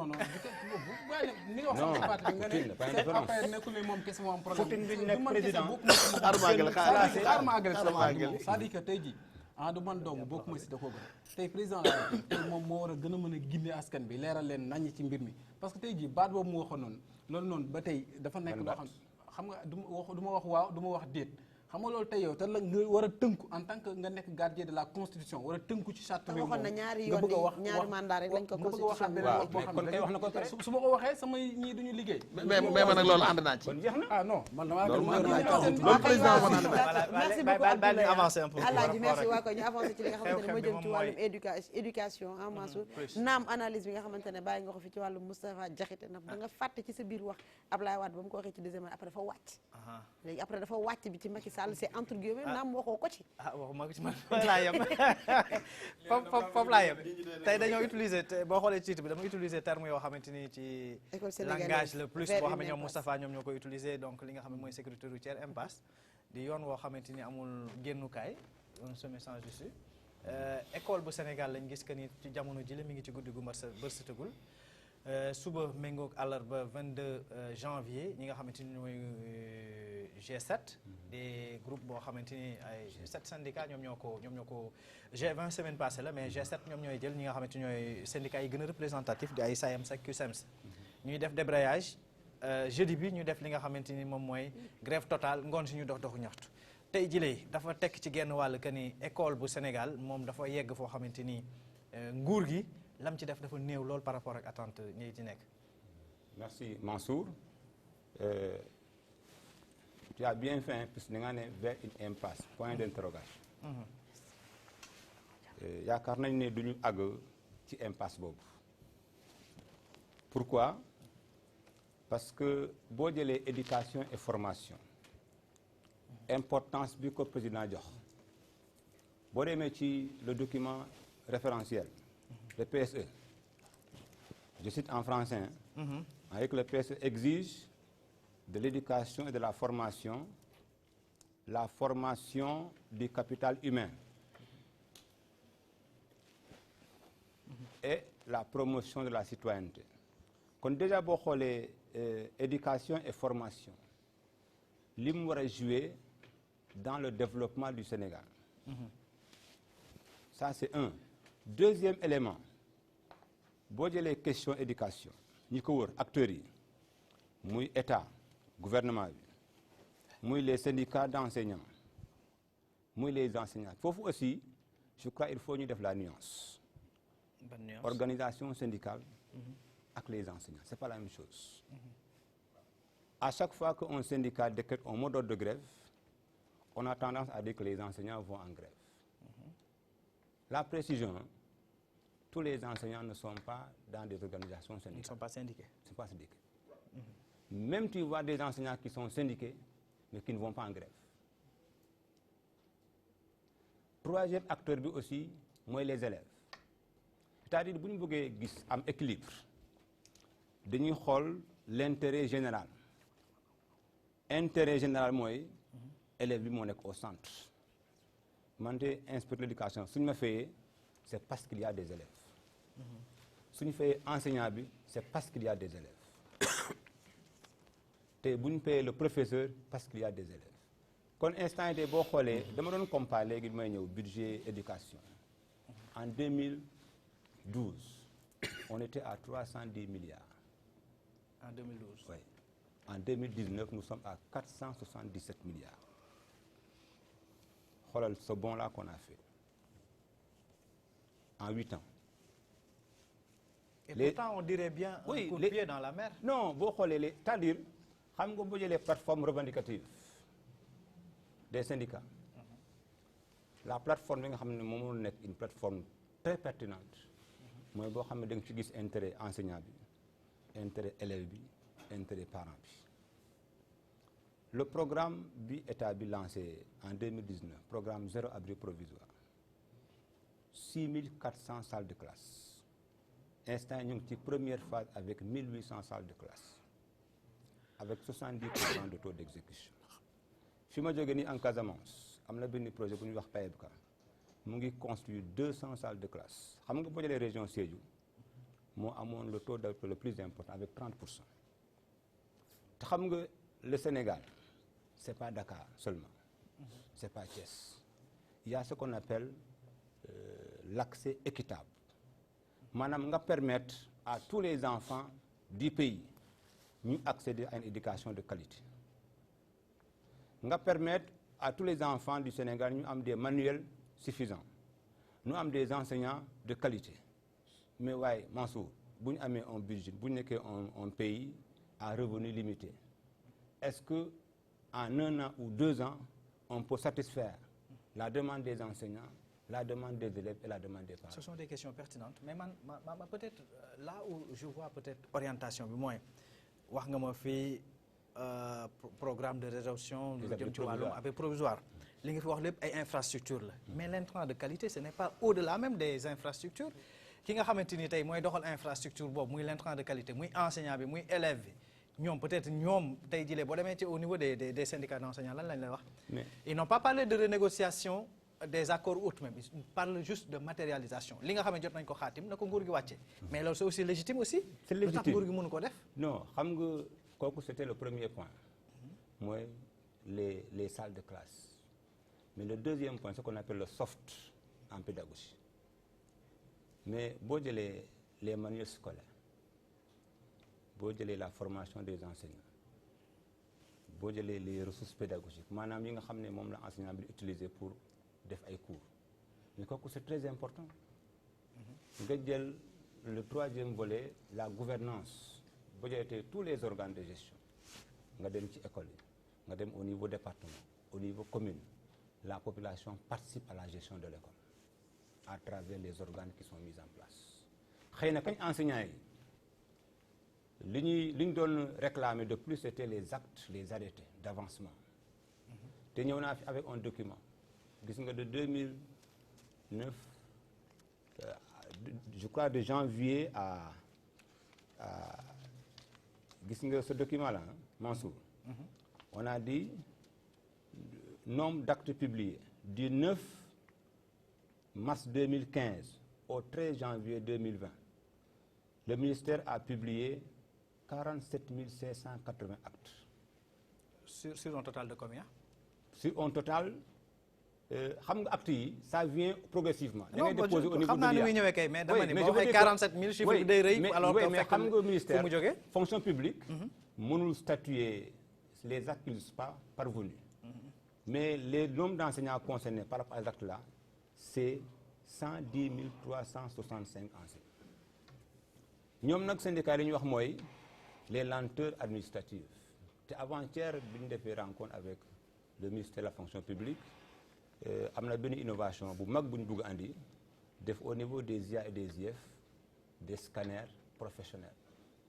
yoo xam ne dañ mën a scanner les documents envoyer ko au niveau du ministère sans pour autant que l'enseignant fasse des centaines de kilomètres de Tamba ou de Ziguinchor. dafa am ay man damay bëgg bu ñuy waxtaan peut-être ñuy jàll ci li nga xamante ne moom mooy ay chiffres comme ni nga ko defee léegi boo xoolee tey ji li nga xam ne mooy masse salariale tey ji bu Sénégal on parle de 600 et quelques milliards bu ñu la nee enseignants yi tey ji lee ñoom ils représentent plus de 70% ci effectif boobu la alors que booy xool li ñu leen di fay ce n'est même pas c'est moins de 1 et quelques pourcents déséquilibre foofu la jiitu. non gis nga nag la question du salaire Mansour c'est très complexe te man je suppose que les enseignants ne sont pas mal payés. Ah bon? Moi je suis enseignant. Vous êtes inspecteur de l'éducation. Inspecteur de l'éducation oui mais enseignant 10 ans d'abord non oui mais loolu instant yi sax bu dee question salaire mën naa wax en tant qu'enseignant. Je dis que les enseignants sénégalais ne sont pas mal payés comparé enseignants sénégalais aux enseignants des autres pays de la sous-région te aussi salaire c'est en fonction véritablement du pouvoir d'achat. Je prends l'exemple de l'indemnité de logement 2012 60 000 francs janvier bi on est à 100 000. Comparé aux autres agents de l'État ñi nga xam ne ñoom ñoo tolloo ñoom même diplôme. oui mais maintenant. il y a un déséquilibre. am na aussi yoo xam ne am na ci corps enseignement te amul am ñoo xam ne amuñu indemnité de logement par rapport à certains enseignants même boo jëlee indemnité de logement boo xoolee son historique les professeurs n'avaient pas d'indemnité de logement donc c'est pour dire que mënoo rek comparer de manière mécanique le corps de l'enseignement aux autres corps parce que am na yoo xam ne am nañ ko comme avantage on le retrouve pas chez les autres corps. président li may wax ni président de la République son excellence le président Macky Sall moo ko njëkk a reconnaître. oui non mais lu jëm ci wàllum tey jilee diplôme yi dafa am benn inéquité boo xamante ni dafa am ci tey jilee ñi nga xamante ni mooy les agents de la fonction publique boo jëlee ñi nga xamante ñoo bokk hiérarchie tey jëlee fonction enseignante li ñuy leen di fay c'est en deçà même ci yeneen corps yi. Oui, tey da ngay jël au niveau de la magistrature ñooñu mën non mais le nañoo fay déséquilibre enseignants yi ñu leen jàngal seen il faut bien étudier. Le déséquilibre là c'est pas seulement entre les enseignants et les autres. Mais c'est plus visible au niveau du secteur de l'enseignement. Globale. Samedi bi mercredi pour votre information mercredi bi passé damaa dalal ki nga xamante mooy c'est le directeur des examens concours di Matar Ndiaye. Lu ko jiitu dalal naa fi ki nga xamante ni mooy yor communication. chargé de la formation et de la communication. Mais question bi ça se ñoom au moins ils ont reconnu qu'un fait que au moins au niveau de l'État ils reconnaissent que ni problème am na te ñi ngi koy jéem a wutal saafara mais s'il faut aujourd'hui face à un problème bien donné bien déterminé. ñu ni non dañuy def nii di xappal nii tourner à gauche à droite il faut reconnaître aujourd'hui tey jilee enseignants yi ñi nga xam ne ñoom la ñuy tolloog ay diplôme ci réew mi li ñu leen di fay dafa néew lool par rapport ak ñooñu te loolu rek source de démotivation. oui c'est-à-dire man angle d'attaque bi moom foofu laa d'accord ak yow. c'est-à-dire dama laa ne affaire bi du question entre enseignants et les autres corps. Tout le monde reconnaît que dans la fonction publique il y a des disparités en fonction des corps. Maintenant, c'est pas une opposition entre enseignants et les autres corps, mais c'est de manière globale. D'ailleurs, le président a commencé une étude pour revoir la rémunération du système global. Le premier rapport, on a donné le deuxième rapport. Maintenant, on va attendre peut-être pour voir les recommandations ou les applications de ce rapport. Mais quand même, ce qui est important, Mansour, moi, nous avons grève. Demain, pour réclamer augmentation de salaire. Mais l'élève qui est dans la classe, moi, l'an les réclamer, c'est comme l'électricité. Quand les gens font une marche pour demander une baisse d'électricité, il y a d'autres qui demandent à avoir accès à l'électricité. Nous, mon syndicat, de grève. Je dis que pour de grève, il faut mettre la balance entre moi, enseignant, les may réclamer à l'État, et l'enfant, il a 7 ans, 8 ans, il n'a pas encore de diplôme. Et l'État du xalaat du tëb enseignant pour mettre enseignant. ñoo xam fa lañ bëgg a tirer sur la fibre émotive maanaam tey ji boo waxee xale bi boo mettre xale bi au centre même des préoccupations. dañ naan boo waxee dañ ne da ngay sala voilà enseignant bi dañ naan xalaatal xale bi état bàyyiwul ko ki koy jàngal bu nekkee dem ko ci condition yi daf koy xalaat c'est pourquoi état bi boo jëlee tey nga bay élève bi muy évoluer dans des abris provisoires. La poussière la chaleur. nga bàyyi ko ci condition yooyu ak nga augmenter les salaires des enseignants bu fekkoon ne benn nga ci war a def ban nga war a def est-ce que da ngay yokk le salaire de l'enseignant bay élèves bi nga xam ne moo am 7 ans 6 ans à Sédhiou ou bien à Fatick muy dans un abri provisoire. est-ce que waru boole ñaar yëpp def oui s'il a les moyens il peut faire les deux mais je dis que bu fekkoon ne yow da ngay tànn choisir entre nga bay élève bi mu nekk ci benn abri provisoire poussière bi tàngaay bi ak nga jël 20 minutes ko jokkal enseignant bi si j'avais à choisir ban nga ci jël en tant que responsable. mais mën na bañ a légitime sax li mu wax nii. non defal naa ko boo jëlee ay classe nga tabax ko ba mu ni yàññ nga teg fa enseignant boo xam ne il est démotivé. non mu yeewu ñëw dem kooku lan la fa jëlee këram dépense. non démotivation boobu laay bañ. non amul moyen de déplacement. non mooy da nga construire infrastructure moyen de déplacement état bi. moo tax léeg-léeg li mu la wax est-ce que mënul def ñaar yëpp. non te état doo li leen non les deux à la fois. dafa war a def ñaar yëpp parce que mën na ko état lu mu bëgg a def da koy def. non d'accord mais ñaata milliards lañ fi dégg ñu dugal ko ci ay problème yoo xamante ne éducation bi ak xale bu am 7 ans boobu bu ñu ko xalaatee ak poussière ba mu nar a nekk looloo gën a nekk priorité. mais non mais xam nga sax lan la ñu wax nga baal monsieur Diagne xam nga lan la ñu wax dañu xale mooy njàng moo yor réew te xale mooy mujjee réew. donc li la leen a wax balaa ñoo jël ñun population bi yéen ngeen jël exposé xale bi état moo war a tëb enseignant bi.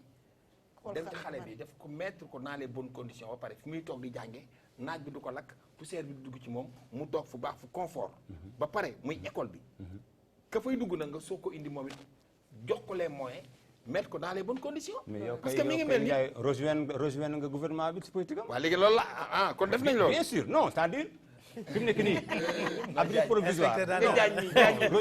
non rejoindre leen. xam nga man damay très concret non Ndiaye. bien vrai inspecteur nga mais ci trop fort en politique. oui mais xam nga Ndiaye man xam nga tey ñu ngi may seetaan ma jógee Ziguinchor ce matin. bi ma agsee Mansour def maa ne foofu ma ne ko Ziguinchor laa jóge ce matin. su ma paree 19h damay ñibbiwaat. mais maître bu nekkee avion nga jël kañ. jëluma avion transport en commun laa jël. ak Sénégal dem non je veux dire que. kenn fàttali woon dafa bëgg a wax président Macky Sall liggéey na. écoute leneen. loolu c'est pas grave. dafa bëgg a wax président Macky Sall liggéey na ci wàllu woowu. mais loolu du débat bi sax. non Moustapha. dama ko ñabaat ci biir camarade de parti bu mais le débat bi non ñambaas dafa yëbbu day yëbbu non parce que ñambaas bi dafa yëbbu yëre bi dafa 5 ans en arrière. ñambaas mënu bi woon xalaat imaginer nit jóge Ziguinchor ñëw fii avant 16 heures. 25 minutes de vol. Non, c'est pas le vol. Moi, transport en commun la jël. Transport en commun.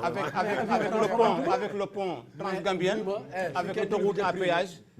avion transport en commun là ah. Oui, non, je veux dire que mais mon gars. jëlu ko mais jëlul avion mais fii ci air bi lay bii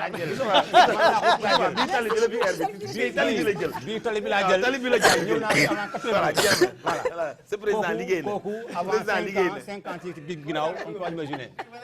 waaw sincèrement ñu ko fa non c'est-à-dire il faut aussi que mais nag ñoo ngi woon fu am solo Diagne non je vous non assure ci xale bi ak école bi ak état la ñu nekkoon xam nga aussi il faut aussi affaire yi ñu wax ko mu leer gis nga jàng da nga wax léegi lu am solo li nga am na solo de dama ni sax man jàngalekat bi dafa war a fay bor parce que dañ ko jàngal ba mu nekk jàngalekat. très bien dafa war a fay bor je suis parfaitement d'accord mais lay tax mu mën a jàngale tamit ka nga xam ni tamit moom mooy reen bi war leen a mën a may doole muy élève beeg kay jàngale kooku état la foofu la ñuy waxee parce que bu ñu nee 21e siècle la ñu nekk. Sénégal bi ñu amee indépendance léegi mën nañ 60 ans.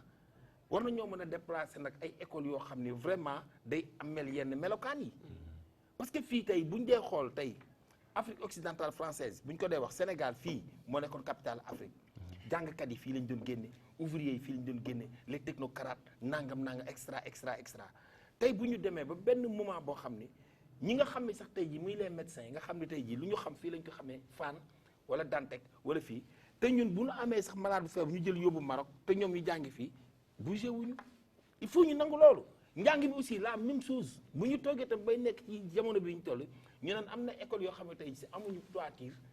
wala xale yi bu ñuy jàng ku nekk da ngay yóol jël bag yóbbaale ko di dem di jàngi mais y a problème. gis nga ñëpp jaay léegi nag léegi loolu pour mu dañ il faut que état moom moo mën a def loolu parce que état rek moo am boobu doole. état moo am boobu pouvoir. te ñaar yëpp da ko war a def muy mettre dans les bonnes conditions jàngalekat bi. mettre dans les bonnes conditions ki nga xam ne moom mooy jàng aussi. waaw mais gis nga Ndiaye. ñi nga wax noonu comme abri provisoire sont pas nés en 2012 bi la waxee ne le programme zéro abri c'est 6400 salles de classe kon abri yooyu c'est avant 2012 dafa am une accumulation d'abris provisoires état bi nag mais l'état est une continuité hein. Oui, c'est pourquoi l'état a pris ça en charge xam nga bu ñu ñëwee ne le projet PAEBK construit 200 salles de classe PAEBK Ziguinchor et Sédhiou Adem Dakar 17 collèges le projet de zéro abri 6400 salles de classe mais Ndiaye li enseignants yi soxla bu ko état bi réglé woon en une année Sénégal dootuñu dem faju ji hôpital bu ko état bi réglé woon dootuñu dem sport dootuñu dem culture budget dañ koy répartir en fonction des besoins nee na la en 2019 éducation 477 milliards kooku c'est important éducation moo gën a 40% budget du Sénégal 40% kooku nag c'est lié à l'importance du domaine de l'éducation mais gis nga ce qui est plus important man pour ma ne Léna c'est 40%. 40% yooyu nag monsieur l'inspecteur c'est 40% oui. sur le terrain. Oui. Ça ne reflète pas vraiment la réalité du terrain. Mais En comment? fait, je m'en vais vous dire le pourquoi. Bi ñu njëkk moom mooy aujourd'hui la norme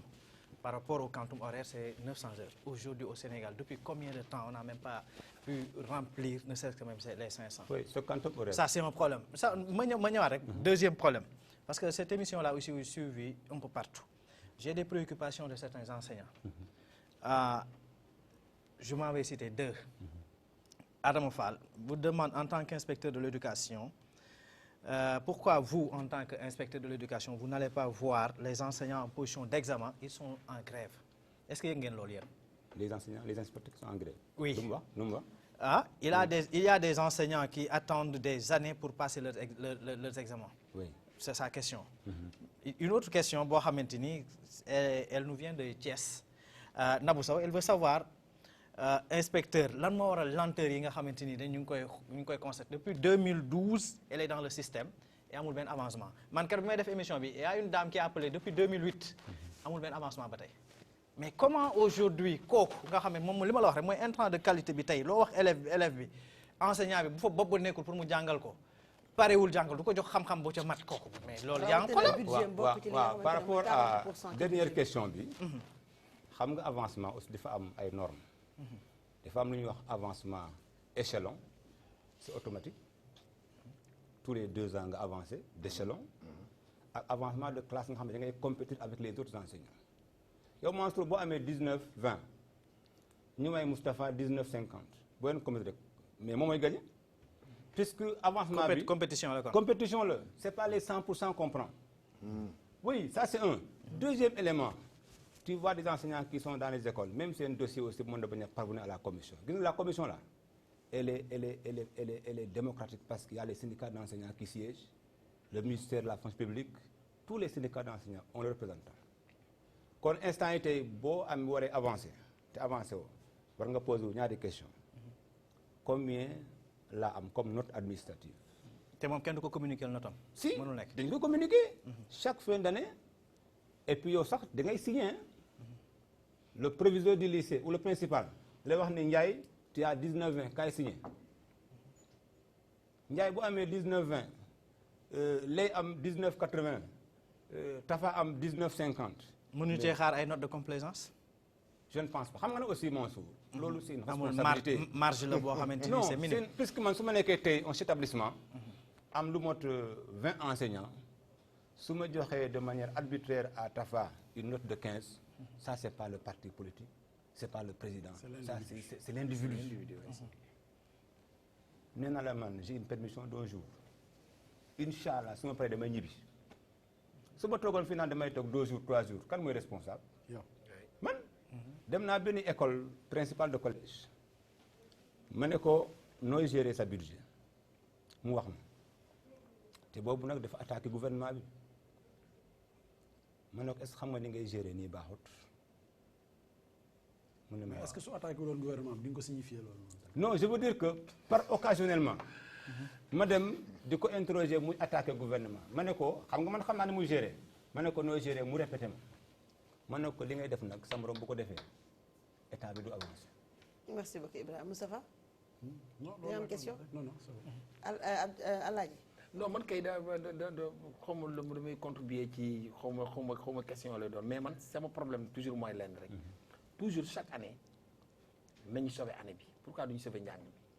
bi. plus ça mon problème. ñoom démarche bi c'est plus ça. il il faut que syndicat yi yëngu-yëngal dem ci kii bi ñu tapal ko moment bi ñu koy def après ñu soog a dem sauver année sauver année bi. et puis moment bi ñu koy def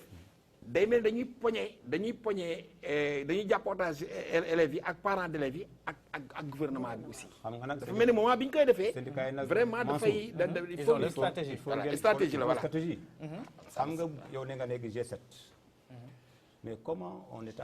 pour négocier avec 100 syndicats d'enseignants sur la table. mais état moom moo organisé ces élections de justement représentativité. ba le G7 ñëw. léegi nag le G20 est en train de faire. Pourquoi discuter avec les autres qui ne sont pas représentatifs? Parfois tu as l'impression que c'est une lutte de positionnement. Puisque mënuma comprendre ngeen dem élection ñu jël les 7 syndicats les plus représentatifs ñu former le G7 yéen am na ñoo xam ne sax amuñu 1%. ñoo dañuy former G20 pour dem grève te je vous assure wax naa ko au début am mot d'ordre de grève bu ñu décréter cela ne veut pas dire que tous les enseignants vont en grève. merci beaucoup Abdoulaye. voilà si loolu sax laay njàmbaat sama laaj c'est sama kii par rapport ak syndicats yi dañ koy seetlu Sénégal par exemple même ci wàllum ndox meeg yooyu sax dañuy bàyyi ba nawet bi ñëw ñu soog a poser le problème tey njàng mi tant que école tijjiwul duñ poser le problème. ba ñu tàmbalee grève. ba nit ñi commencé li Mansour wax sànq quantum horaire bi duñ ko respecté ba nga xam ne tey jii nombre d'heures yi ñu war a jàng duñ ko jàng. loolu di am impact ci njàngum xale yi tey jii waral ñu bëri motivation sax duñ ko amati ci école yi. prolifération école privée yi nga xam ne li ko taxoon a judd ak léegi booy xool daanaka sax dafay dem ba est-ce que du ray école yi ñuy wax école publique yi donc loolu de responsabilité bu lourde bu état bi war a am ci loolu li may foofu mooy tey jii pourquoi pas tey yéen xaw ma ndax syndicat yi ñoom ñooy bañ ci moment yooyu opportun yi war a profité waxtaan toog table de négociation waxtaan mbiri wala état bi moom moo ne yàcc ne yasar yaa fus ci diggante boobu parce que à chaque fois dañuy bàyyi ba école tijji depuis bi ñu Sénégal bi ñu ko xamee ba tey budget Sénégal chaque jour ñu ni budget yëpp ministère de la santé maa ngi ko doon boo wax nga wax ko 140% lañ ko alloué day yokk moo fi ëpp moo fi gën a budgétivore léegi tey ji pourquoi pas ba léegi problème bi nekk sur la table ni mënuñ koo résoudre gouvernement bi mooy yeex di xos wala syndicat yi ñoom ñoo. waaw xam nga yow léegi 70% budget boobu mu lay wax 70% budget boobu yëpp ci salaire la jëm. waaw justement moo tax léegi tu as été trop sévère avec l'État gis nga syndicat. xam nga c'est comme les partis politiques. yow nag li nga doon bañ sax Moustapha def na ko yàlla. non yaa ngi mettre en mal Moustapha kii amul allié yi sa allié yi sax li ma nga mettre en mal nga bañal. xam nga nee nga syndicat yi waaw mais nee nga syndicat yi duñu grève ci vacances yi. Parce qu'amul enjeu. Nous sommes au mois de janvier, fin janvier. Les compositions se profilent à l'horizon. C'est une stratégie des syndicats. dañuy xaar ba la veille des compositions soog a jàkkatee mot d'ordre de grève. mais dañoo war a fexe nag. C'est comme certains syndicats dañuy xaar la veille des élections pour poser des revendications. C'est de bonne guerre aussi. C'est de bonne guerre. C'est pourquoi état bi li mën a def xam nga ne état ni muy fonctionner. bokkut ak syndicat ni muy fonctionner. C'est pas possible état bi day voter un budget. mettre ko en œuvre mais mënoo à chaque fois que une question nouvelle ñëw nga dima ko mais foo ko jëlee un budget c'est des dépenses c'est une planification nee naa la boo jëlee éducation le budget mu ngi dem ci 3 volets. Premier volet bi mooy les constructions scolaires, deuxième bi mooy la formation des enseignants, troisième bi mooy la formation des organes de gestion. Maintenant enseignants yi bu toogee bi mois de février mu ne non léegi ñu ngi jëm ci composition xam naa su ma bëri de grève l'État va réagir mais pourquoi ne pas déposer le préavis de grève au mois de juillet ñu am possibilité de négocier en septembre mais pour ñoom septembre amul enjeu puis bu ñu demee grève mais du am impact. mais lu tax état foofu mënul jël responsabilité. non jël yetam gis nañu ko avec le président Abdou Diouf. non yet xam nga ñun aussi le régime de Macky du jël yet. non ñun mais menacé woon nañ fi ay réquisitions ay enseignants. tu as bien dit menace. waaw xam nga ñun moom on est ñun même bu amee menace ou sanction day confirmer. récemment tamit gis nañ ko ak liggéeykat yi nekk SDE. oui mais xam nga aussi Mansour mënoo béy nit ki rek dans le désordre muy dem grève à tout bout de champ. l'eau est vitale. est-ce que monsieur Diagne est-ce que désordre boobu jógewul ci état parce que en fait xam nga lu ñu ci mënti wax aussi xaalis bu bëree bëri donte ñu ci def 40% du budget national ci li ñu wax man wax naa la préciser naa la 70% yëpp ci salaire la jëm. beneen mbir mu ngi nii tey enseignants yooyu ñu ngi toog tey jii bari na ñu ci yóbbu ci ay gox-goxaan yu sore ba pare enseignants yi dañoo vulnérable ci genn wàll tey jii boo xoolee réseaux sociaux yi am na image yu insolite yoo xam ne ñu ngi daw ci dëkk bi xaw ma ndax gis nga ko. ay enseignants yoo xamante c'est des images yoo xamante ni du au Sénégal ñuy jàngale mais ñi ngi kii mi ngi bokk yat kii mi ngi def lii parce que barki démb dafa am koo xamante ni dañ ko dóor yu metti lu yàggul gis nañ ci ki nga xamante ni kankurang bi daloon na ci kawam ñooñu mën nañoo nekk ci situation de vulnérabilité boobu ba léegi boobu ba tey gis ñi nga xam ne ñoom lañ tollool ay niveau wala ñu nga xam ne sax des fois ñoo leen sut ñoom ñoo leen jàngal tey jile ñu état comme foofu moom casquette APR bi laay dugal état tegal fi indi fay institution yoo xam ne ñu ngi fay fay ay nit te lañ fay jëf dara gisuñu ko enseignant bi li muy jëf ci dëkk bi ñu ngi koy gis résultat yi média la def ci nit ki. non xam nga mais bu yàggee frustration bi may wax da koy. non frustration bi premièrement bi nga wax Mansour. enseignant bi ñu yóbbu ci gox boo xam ne dafa sori. mais gox boobu ay nit ñoo fa ne. ay Sénégalais. bien sûr. ay Sénégalais. ay xale yoo xam ne ils ont 6 ans. peut-être ils seront médecins demain. ils seront demain des parlementaires. voire même président. Est-ce que nit ñi maintenant dañoo bëgg bu ñu formation ñu beneen à Dakar ou bien à Kaolack. non loin de là. deuxième élément ma préoccupation damay bañ ma bale maa kii man waxuma loolu man je viens du Sénégal des profondeurs. man mon combat a toujours été qu'il y ait au moins équité ci lépp laa la wax ci lépp. lu ñuy def Dakar ñu def ko ci gox ak goxaan yi rawatina lu ma amoon fi mu tey jii palais bi sax bu ñu ma ko mënoon tegal ma ko pirgale moo ma gënal fuuf pour te dire vrai mais dama ni enseignant boobu nga xamante ni dañ ko yëkkati même ki nekk fii biir Ndakaaru mi ci situation de vulnérabilité boobu tey jile du enseignant bi nekk ca gox ba fële rek lañ dóor am na enseignant bu nekk fii buñ dóor am na enseignant bu ñu teg fii nga xamante ni mi ngi dund tey ji niveau salaire bi ñu koy jox ak niveau de vie tey ji bi nga xamante ni moom ko imposé loolu genre violence la violence maintenant là pour les problèmes violence Mansour dégg nga semaine bi passée des enfants tués des femmes violentées gis nga li xew ci société bi mooy répercuté wu à l'école n'est pas une exception gis nga xale bi dóor enseignant par exemple xamal ne kooku li tax mu dóor enseignant bi jëleewu ko à l'école ce comportement là mu ngi ko jëlee dans la société. te mën na tax mu dóor waajuram sax. oui donc c'est dire que amul benn frontière boo xam ne c'est distinct entre l'école et la société moo tax bu ñu bëggee régler affaire bi dañ ko jël de manière globale. La violence est en train de faire véritablement des victimes que ça soit au niveau de l'école ou ailleurs léegi nag du point de vue analyse dañu war a xayma xool véritablement quels sont les facteurs qui poussent les gens à aller dans la violence et li ñu observé instant yi ñu amutoon. merci beaucoup Ibrahima nañ ñëwaat léegi ci yow Mansour ñu xaarandi ko rek le temps que ñu dem publicité ñëwaat daal di waxtaanee li nga xamante ne moo di sécurité prévention ñaar sur le plateau de Toi-même tu sais.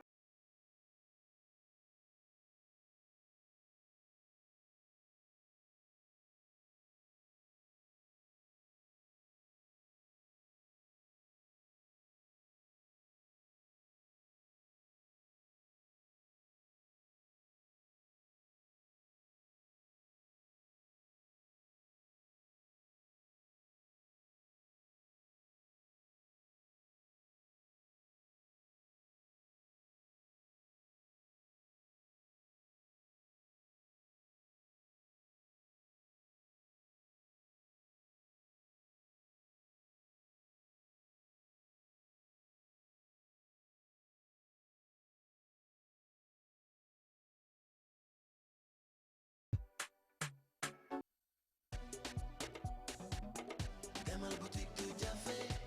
bu bëggee sañse demal boutique du Jafé ngay mag wala xale demal boutique du Jafé ci njëg bu yomb ak qualité demal boutique du Jafé. Pour vous et votre famille, Doudiafé vous offre la qualité au meilleur prix. Du prêt-à-porter pour hommes, femmes, enfants et le tout soldé à des prix défiant toute concurrence. demal boutique du Jafé. Désormais, venez profiter de nos offres exceptionnelles à la cité Sonatel 2, en face SAMU municipal sur les 2 voies Liberté 6. Doudiafé, téléphone 33 867 55 00. Doudiafé, Alhamdulillah. Alhamdulillah. Du nouveau à Exclave Télécom avec les décodeurs TNT. 2 nouveaux modèles d'antenne TNT de marque Televès. Antenne TNT Edge à 10 000 francs avec 10 dBi de gain. Antenne TNT V Zénith à 15 000 francs avec 15 dBi de gain. Fabriqué en aluminium inoxydable pour une longue durabilité et en plastique ABS. Une grande résistance face aux intempéries. Robuste et légère avec un gain de 10 à 15 dBi. Système de montage rapide et solide. Sous système de fixation en mat fabriqué en Zamac apporte avec grande robustesse et stabilité face aux conditions climatiques défavorables. Conception et fabrication réalisées en Europe et soumises à de stricts contrôles de qualité. De plus, pour la réception UHF, elle intègre un système de filtre qui bloque les interférences sans perturber la pleine réception du signal. Avec les 2 nouveaux modèles d'antenne TNT de marque Televès, vivez encore et toujours le meilleur du numérique. lu bees te xéewale ci TNT by Excaf ngir seeni abonnement soxlaatul ngeen di dem ci agence seen carte recharge maana bu junni am na ci suñuy point de vente muy ci agence yi boutique wala jaaykati carte crédit yi su ngeen di yeesalaat seen abonnement ak carte maana da ngeen di xoos fi nu def fukk ak ñaari araf ca nëbb ko ngeen jël seeni téléphone def message TNT def étoile def numéro carte abonné gi ngeen di recharger waatee def étoile def numéro seen carte maana yónnee ko ci 24 666 da ngeen jot ginnaaw si bataaxal bu leen di xamal ni seen abonné benn weer dugg na ñu tegal leen te it mbaxu sub juróom-ñaari fan yeneen ak TNT by Excaf dundaat leen beneen xeeti mbégteem ceetaan ci télévision.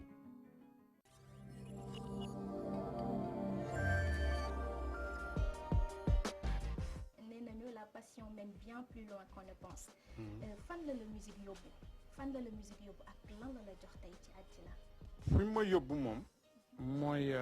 connaissance la ma jox. d'accord connaissance moom jox na ma ko mais bu dee ci wàllu am moom joxaguma ci dara.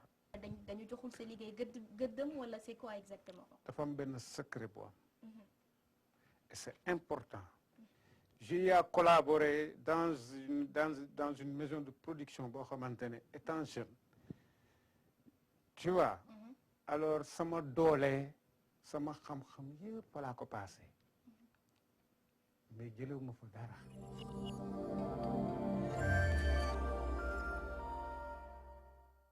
Bonjour à toutes et à tous, assalamu alaikum, c'est Abdoulaye Ly, le berger des pensées. Alors je suis là pour vous présenter un tout nouveau concept bu bees tax ñu koy duppee la minute tech. Comme son nom l'indique dañuy jël chaque fois ay minutes yi nga xamante ni dañ koy consacrer ak explication concept ci xarale yu bees yi consacré ko ci explication nouvelle technologie pour ñi nga xamante ni bëgg nañ ci am xam-xam képp ki nga xamante ni nouvelle technologie intéressé na la xarale yu bees yi intéressé la alors maa ngi lay jox rendez-vous très bientôt avec le berger high tech.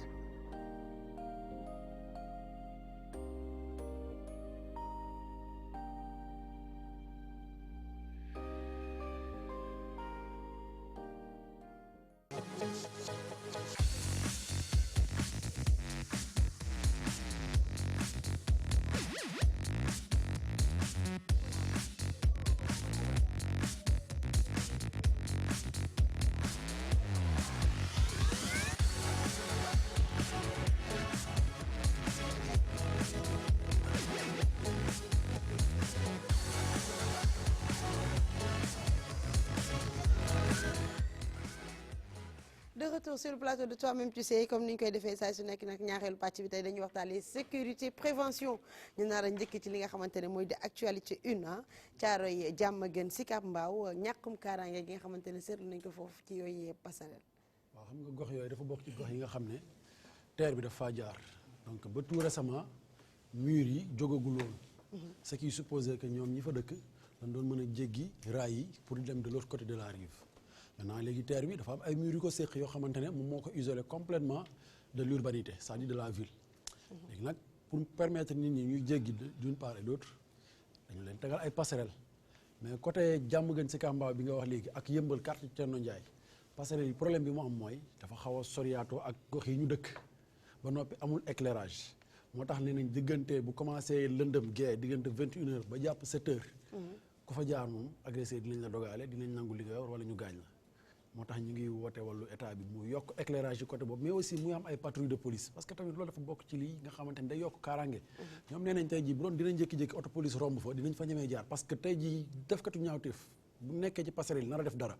auto police romb ko ak gyrophare dina xam ne kat fii c'est un endroit surveillé. def fi dara wóorul xaaral ma dem sama yoon. ba noppi bu fa éclairage amee aussi dafay dissuader mais sori na dëkkuwaay yi ba noppi lëndëm na ba noppi amul police moo tax côté yooyu daal waa quartier Sam 1 Sam 2 Thierno Ndiaye Yëmbal ak Diamaguène Sicap Mbao ñi ngi ñaan ñu defal leen éclairage foofu mais aussi une présence policière pour que ñuy mën a utiliser passerelle yi parce que moo leen di permettre ñu jéggi mais fi mu toll nee nañ bu guddee moom ñoom ñëpp ku ci nekk boo amul looy lijjanti ci beneen côté ba da nga koy bàyyi parce que boo fa jaaree ñu gaañ la. doy na waar alaaj Sall liggéey.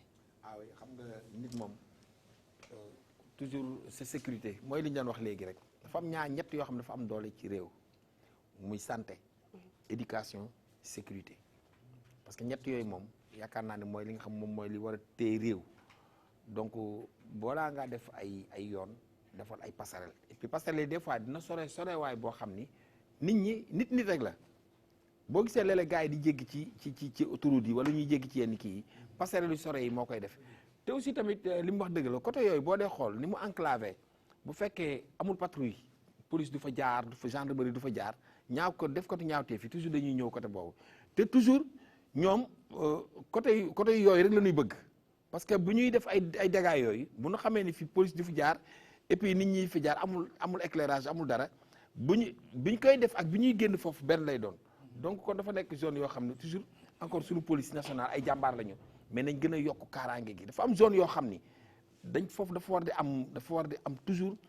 patrouille parce que tamit loolu mooy dimbali askan wi te vraiment ñooñu tamit les agresseurs là nañu xam nit day am jom nit day am jom non ñoo dàq seetaan TMTC nit day am jom Mansour Sow liggéey ñaq xëy fajatem liggéey daan dooleem pour yor ko ci njabootam yow nga yendoon nelaw ba ngoon toog dogaale ko nangu li mu yor loolu yëf yàlla tere yàlla bu mais loolu ñàkk jom la du yëfu jom du yëfu nit quoi Alaaji bu ñu ñëw ci yow fekk ñu ci yow dara ñu gaañ la da lay gaañ dañ naan lu tax yoroo dara bu ñu yoree fekkee yow dara jël ko gaañ la boo yoroo dara ñu gaañ la li tax yoroo dara mais metti na danoo ñàkk jom waay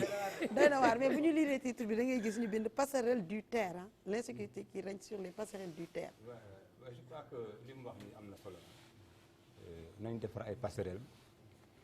police aussi yokk patrouille heureusement xam naa da nga naan politique la le terre est venu régler un problème le transport la mobilité urbaine non je veux dire non Moustapha xam nga boo waxee passerelle parce qu'il y a le terre n'est-ce pas en chantier oui en chantier mais ce qui est important mooy tu as prononcé le nom de terre donc s'il y a pas de terre doo wax foofu ay passerelles je vous rejoins dama ne d'accord na ak yow nañ def ay passerelles aussi wax police mu yokk les patrouilles bien sûr mais je dis encore il faut s'estimer heureux parce qu'il y a le terre mais une suggestion Mansour lu gënoon neex tey ñi nga xamante ne ñooy def yooyu la duñ leen jéem a xool fi ñu nekk du boole leen ci police bi dinañ def liggéey bu mucc ay ñan ñi agressé non ma wax leen aussi ngeen boole ci sécurité bi néew ma sax ñoom ñoo koy def à 100% mais imagine toi xale bu am 20 ans def recrutement armé nga yóbbu ko Bango jàngal ko nu muy téye fetal jàngal ko nu muy téye paaka jàngal ko close combat jàngal ko nu muy neutraliser nit mu def 2 ans nga libéré ko ku ci amul xel wala ku ci amul éducation de base wala say mbaaju bu ñu jiituwul coow kooku benn bombe en retard la parce que aussi il faut ñu xoolee foofu moo tax li nga wax noonu dëgg la li nga wax nii dëgg la de am na ñoo xam ne bu ñu leen defee formation yi waruñu leen a bàyyi nañ leen sax dugal ci nañ seet fu ñu leen dugal ci affaire sécurité société gardiennage yi dugal leen sax ci yooyu parce que tamit dañ ciy xarañ sax parce que ñoom bu nekkee ci loolu la ñu jógee nga jël leen pour léegi mais loolu mooy doon seen métier parce que xëy na ñëpp mënuñoo nekk ay policier wala ay sapeur wala ay gendarme wala kii mais am na ci yenn kii yoo xam ne société gardiennage yi mën nañ leen ciy dugal parce que tamit pare tegal leen ay prix ay décoration parce que xel la loo def ku ci ëppale loo jàpp sax man kii ma correspondant bi ma jot daf ma ne façon bi ñu organisé da ngay xam ne ñii li ñuy def nii c'est mûrement réfléchi ndax bu fekkee da nga yéeg ci passerelle bi ñett nit ñoo lay dogaale mais fi nga yéegee am na benn guetteur bu fa taxaw fi nga war a wàcc am na benn guetteur bu fa taxaw ce qui veut dire que tey jii nii su fekkente ne dafa am ñoo xam ne dañu ñëw pour wàllu la jógee côté bii ka fa nekk dina yéeg ne leen la ngeen wàcc est-ce que yow mi bokkoo ci ah waaw laaj man kañ laay dem yow maa yow nekk dañoo bari ay stratégie enquêteur la c'est que dafa nekk loo xam ne xam nga nit ñi dañuy seetaan TMTC moo tax dafa nekk ba dafa mel ni maa ngi wax kii dafa nekk mur de lamentation non c'est vrai da ngay toog sax doo xam fu ñu jëlee si problème bi lañu waxal si mu nekk loo xamante ne donc laaj na autorité yi tamit interroger aussi mooy patrouille de police yi ñuy wax gis nga ci yeneen dëkk yi liy dalal xelu nit ñi daf cee bokk nga jékki-jékki gyrophare romb la policier dañuy ñëw ba ci yow ne nii ralentir ndànk xool am na nooy xaw a comporter sax ñu taxaw ne la kaay mais yooyu dafa war di am te autant amoon na du temps de Abdoulaye Wade man machine ma ramasse mu dugg ci autoroute bi jógee Abdou Dia si jëm Colobane damay dox ba yàgg oto bi taxaw ci digg autoroute bi carte ma joxe mu ne ma waaw xam nga ne fii nii waroo fee nekk heure bi nii yéega damaa yéeg mais yooyu noonu dafa baax sax pour yow parce que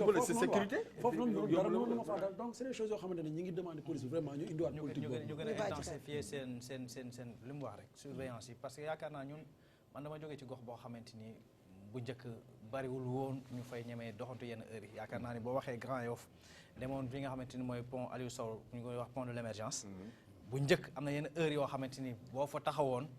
boo moytuwulee li nga yor ne dépôt yóbbu mais nag je salue sincèrement parlant li nga xam ne mooy taxawaayu police bu Grand Yoff parce que taxaw nañ ci bu baax a baax du siyaadi nañ ci lu bëree bëri auparavant am na lu bëree bëri yenn heures yoo xamante ni bi fu mu mënti nekk zone bu mënti nekk ci Grand Yoff ñëw dañu ko def mais tey jii ak seen taxawaay sincèrement du siyaade nañ ñu bëree bëri et j'en veux pour preuve dafa am suñu ñaari ndaw yu nekkoon fii Chantal Badji ak Aïda Mbène Niass dañ leen mës a agressé foofu nga xamante ni mooy ci wetu Biroche Dorée wa ñoo man fa wax dëgg yàlla liggéey bu ñun defuñu 30 minutes dem au niveau de la police de Grand Yoff ñu rapidement dem nañ ba jàpp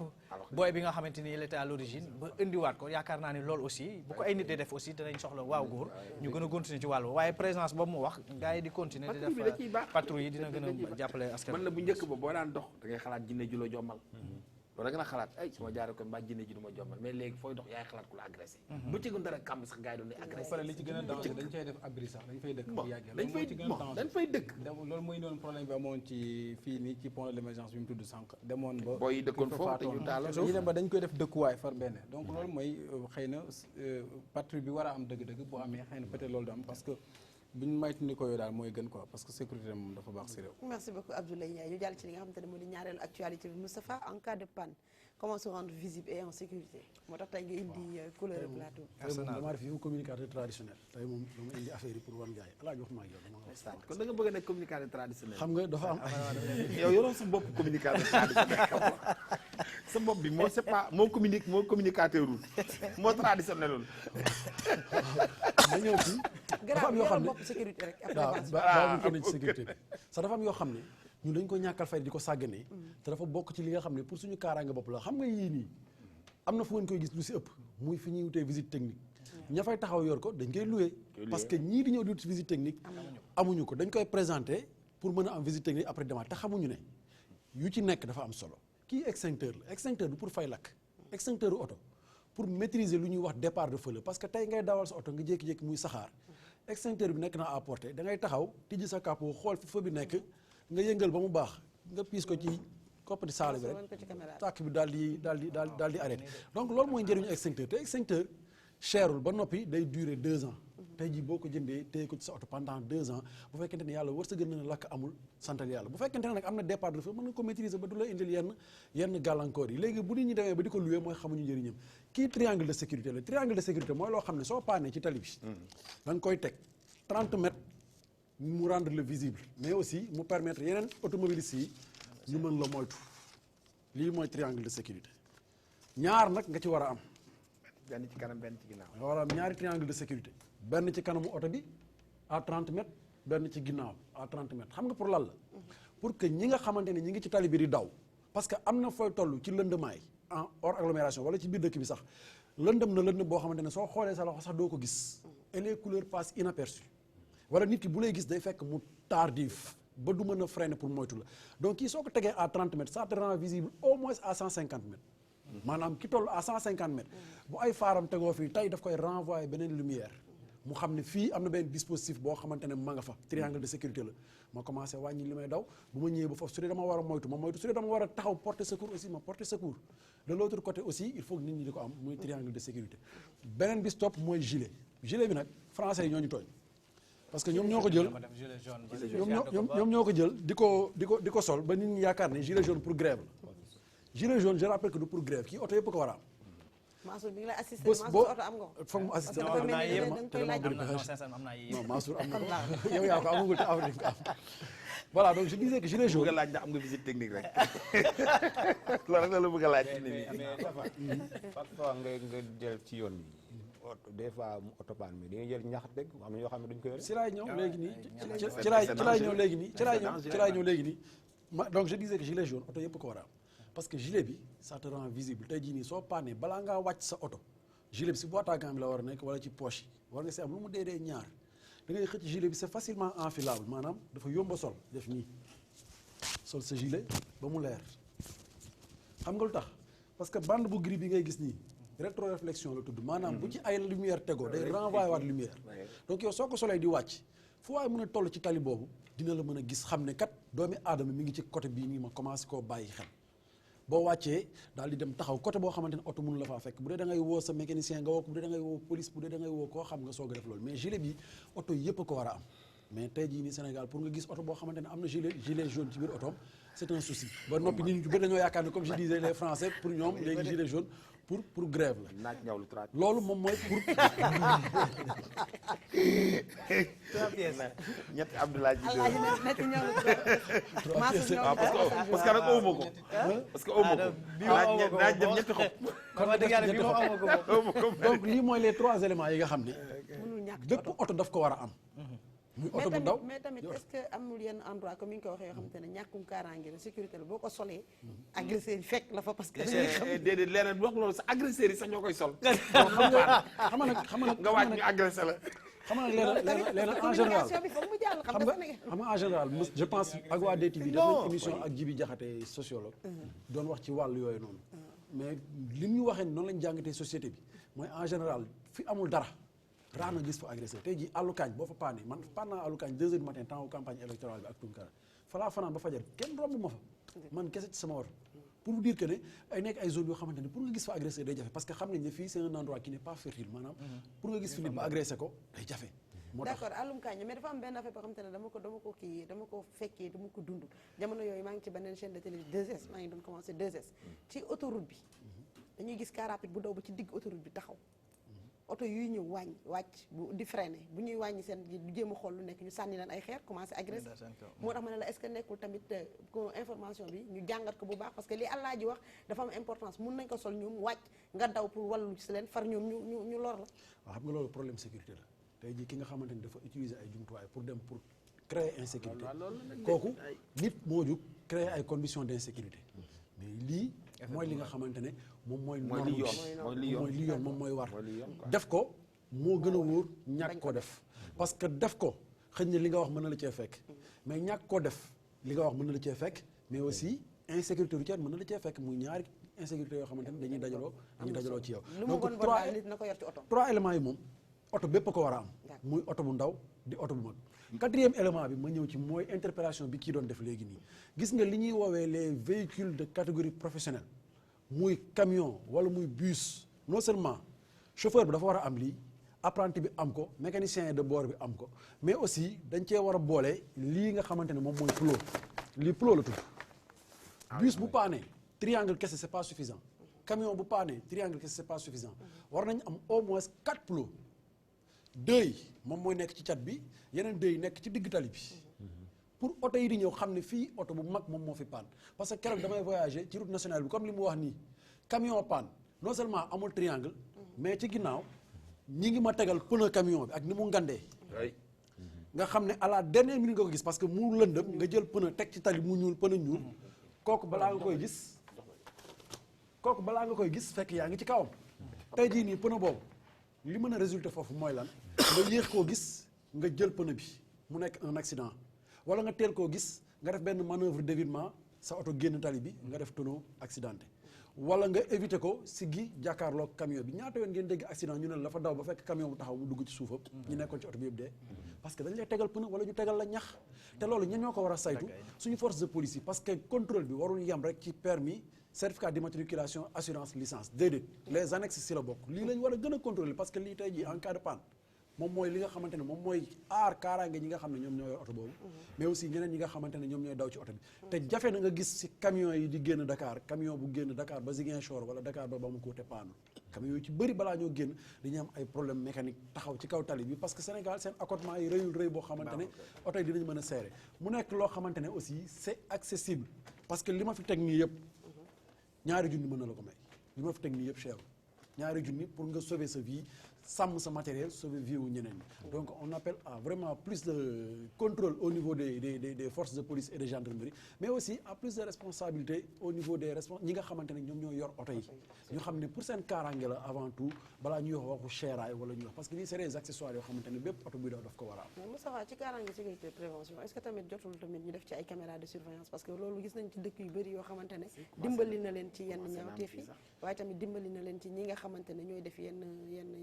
kii ci tali bi. waaw mais loolu boo xoolee dëkk yi nga xam ne dañ leen di citer référence en sécurité routière léegi ce ne sont plus les agents qui font le contrôle ce sont les caméras et les radars léegi boo defee njombe wala ñaawteef ci tali bi agent bi gisu la mais caméra bi photo na la filmé na la contravention bi da lay fekk si sa kër mais yooyu noonu dañ cee war a toll mais aussi suñu alkaati yi ci boppam lañ leen a war a doter ay caméra GoPro mooy lan mooy caméra boo xam ne da nga koy takk muy filmer say intervention parce que loolu dina régler problème corruption parce que yow tey jii bu fekkee da ngaa takk caméra ki ngay contrôler xam ne kii may contrôler takk na caméra yow ñemewoo koo wax waxi corruption moom ñemewu la kaa wax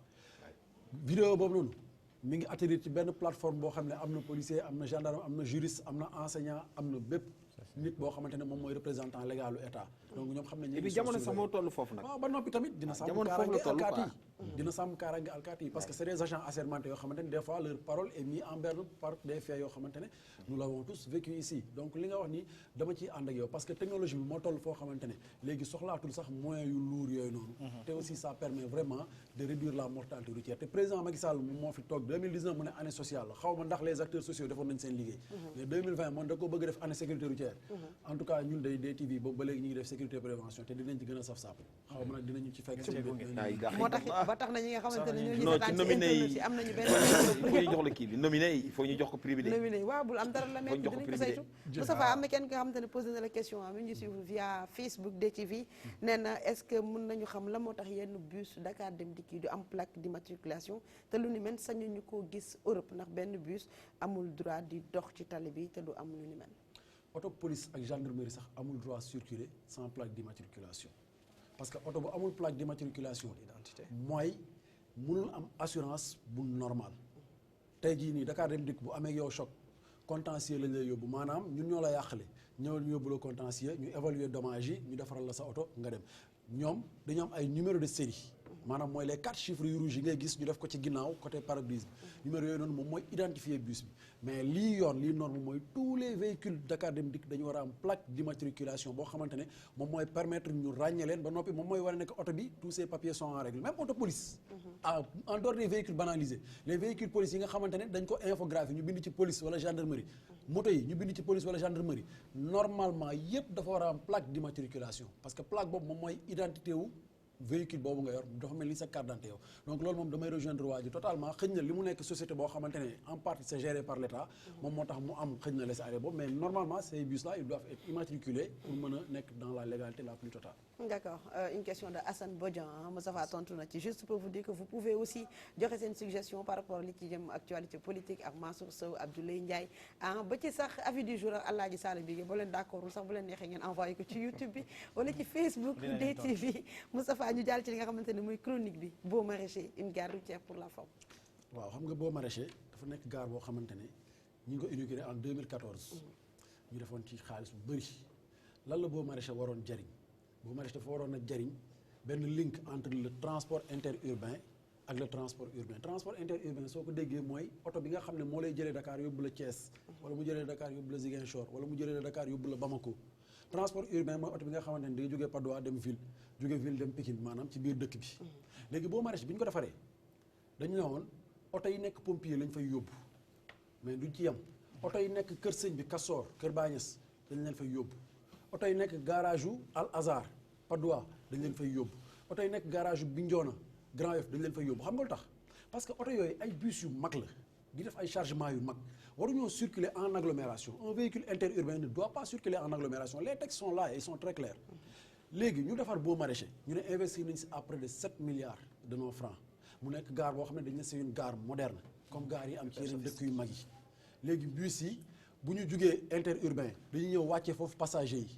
bu ñu wàccee foofu passagers yi mu am beneen transit beneen circulation de transit boo xam ne moo lay jëlee Beaux Maraîchers yóbbu la ci gox ba nga jëm loolu dina régler ñaari problème dina régler problème fluidité bi parce que bus yu mag yi moins ñu dugg en agglomération moins y aura d'embouteillage mais aussi dina tax le transport urbain dina gën a moderne dina gën a dund parce que tey nga waroon a jëlee sa bus kër Baye Niass wala nga waroon koo jëlee Al Azhar wala nga waroon koo jëlee garage Bignona bus bi war faa dugg ci biir agglomération amul fu mu gaare parce que léegi maa ngi romb Castor kër Baye Niass 4 bus ñi ngi gaare ci tali bi indi nga ndam embouteillage policier bi dafay nekk ba guddi di sonn te li ko waral lu ci ëpp mooy bus bi day nekk à cheval ci tali bi ak ci trottoir bi nit ñi amuñu fu ñu dox dañuy wàcc ci tali bi bus yooyu waroon dem foofu ñu waroon am ay oto yu ndaw yu tudd ay navette yoo xamante ne ñoo lay génne Beaux Maraîchers indi la bundu kër sëñ bi wàccee la fa bu dee fa ngay wàcc am benn car boo xamante ne moom mooy yab bagage yi jëlee la fa indi la fa comme ça se passe dans les aéroports comme ça se passe dans les grandes gares du monde mais ñu seetlu nag Beaux Maraîchers bi ñu ko defaree ba léegi non seulement gares yooyu ñu ngi existé mais pire buntu Pikine da ngay taxaw nga xam ne boo saqatee waa Beaux Maraîchers dégg la ci kaw tali bi li ko dalee croisement buntu Pikine ba ci station ba foofu yëpp ay bus la fees del foofu la ñuy taxaw di yab distance yi nga xamante ne ñi nekk boo maraîcher war nañ foofu la ñu waroon yàpp mu nekk loo xamante ne ñun on ne comprend pas parce que foofu am na policier waaw boo maraîcher ñu ngi koy romb tout le temps di ko bàyyi noonu kon yaa anguille sous roche am na lu ñu waxul tey jii nii yow boo demee boo maraîcher toog ci benn sa place mu def 1 heure de temps tëw fees da ngay génn dem taxaw buntu Pikine en 30 secondes nga am benn comme ni ñu koy war gaynde wala benn clando wala benn bus boo xamante ne day marauder mu ne la yéegal ma yóbbu la kon boo maraîcher boobu xaalis boobu ñu si def kañ lañ koy rentabiliser muy première question deuxième question bi mooy boo maraîcher bi ñu koy tabax kon mënoon nañoo ne rek dañuy tabax une autre gare parmi tant d'autres gares parce que bu fekkente ne garage bi ñoo na mi ngi fi ba léegi nekk Grand Dakar di indi problème bu rëy ci fluidité bi Kër Baye Niass Castor day indi problème bu métti parce que sama yoon la fa laay jaar léegi rek bi may ñëw 4 bus ñi ngi fa garé 4 à gauche 2 à gauche 2 à droite ci kaw trottoir bi piétons yi di wàcc ci kaw tali bi ñuy exposé seen bopp Al Azhar mi ngi fii Padois balaa ñuy génn ils ont tous les problèmes du monde donc lan mooy njëriñu boo maraîcher par rapport ak ces gares routières là loolu moom c'est une question boo xam ne dañ koy bàyyi en suspens di interpeller les autorités yi nga xamante ne ñoom ñoo yor en charge gares yooyu manque d'organisation bu mag d'organisation la rek parce que mais j'ai l'impression qu'ils se trouvent dans ce désordre là mais sénégalais yi ñoom ñoo ciy ñàkk c'est ça la réalité les gens se retrouvent dans ce désordre aujourd'hui garage boo maraîcher boobu ñu lay wax biñ koy samp ñu bare dañ jàkkoon dina tax ñu mën a sur le plan sécuritaire boo yoree say bagage da nga ko mën a garantir beneen bi mu jëm ñu mën a stabiliser prix yi mais tey man dama fa dem une fois ay fête yu jub Magal Touba wala Tabaski mais pëccëxoo ga fa nekk mën la ko wax prix yi day yokk ko bi muy yokkoo fii ci mbedd bi donc ce qui voudrait dire que ni garage la boo xamante norme yi sur le plan des infrastructures mu ngi fa mais li ñu ko war a accompagner nekk fa te man aussi je crois su ma juumul bi ñu soogee pare boo maraîcher dañ ne woon tous les bus là foofu la ñuy déparé mais am na ñu doon contesté ne ñoom mënuñ arrêté bi mi ngi fi ba léegi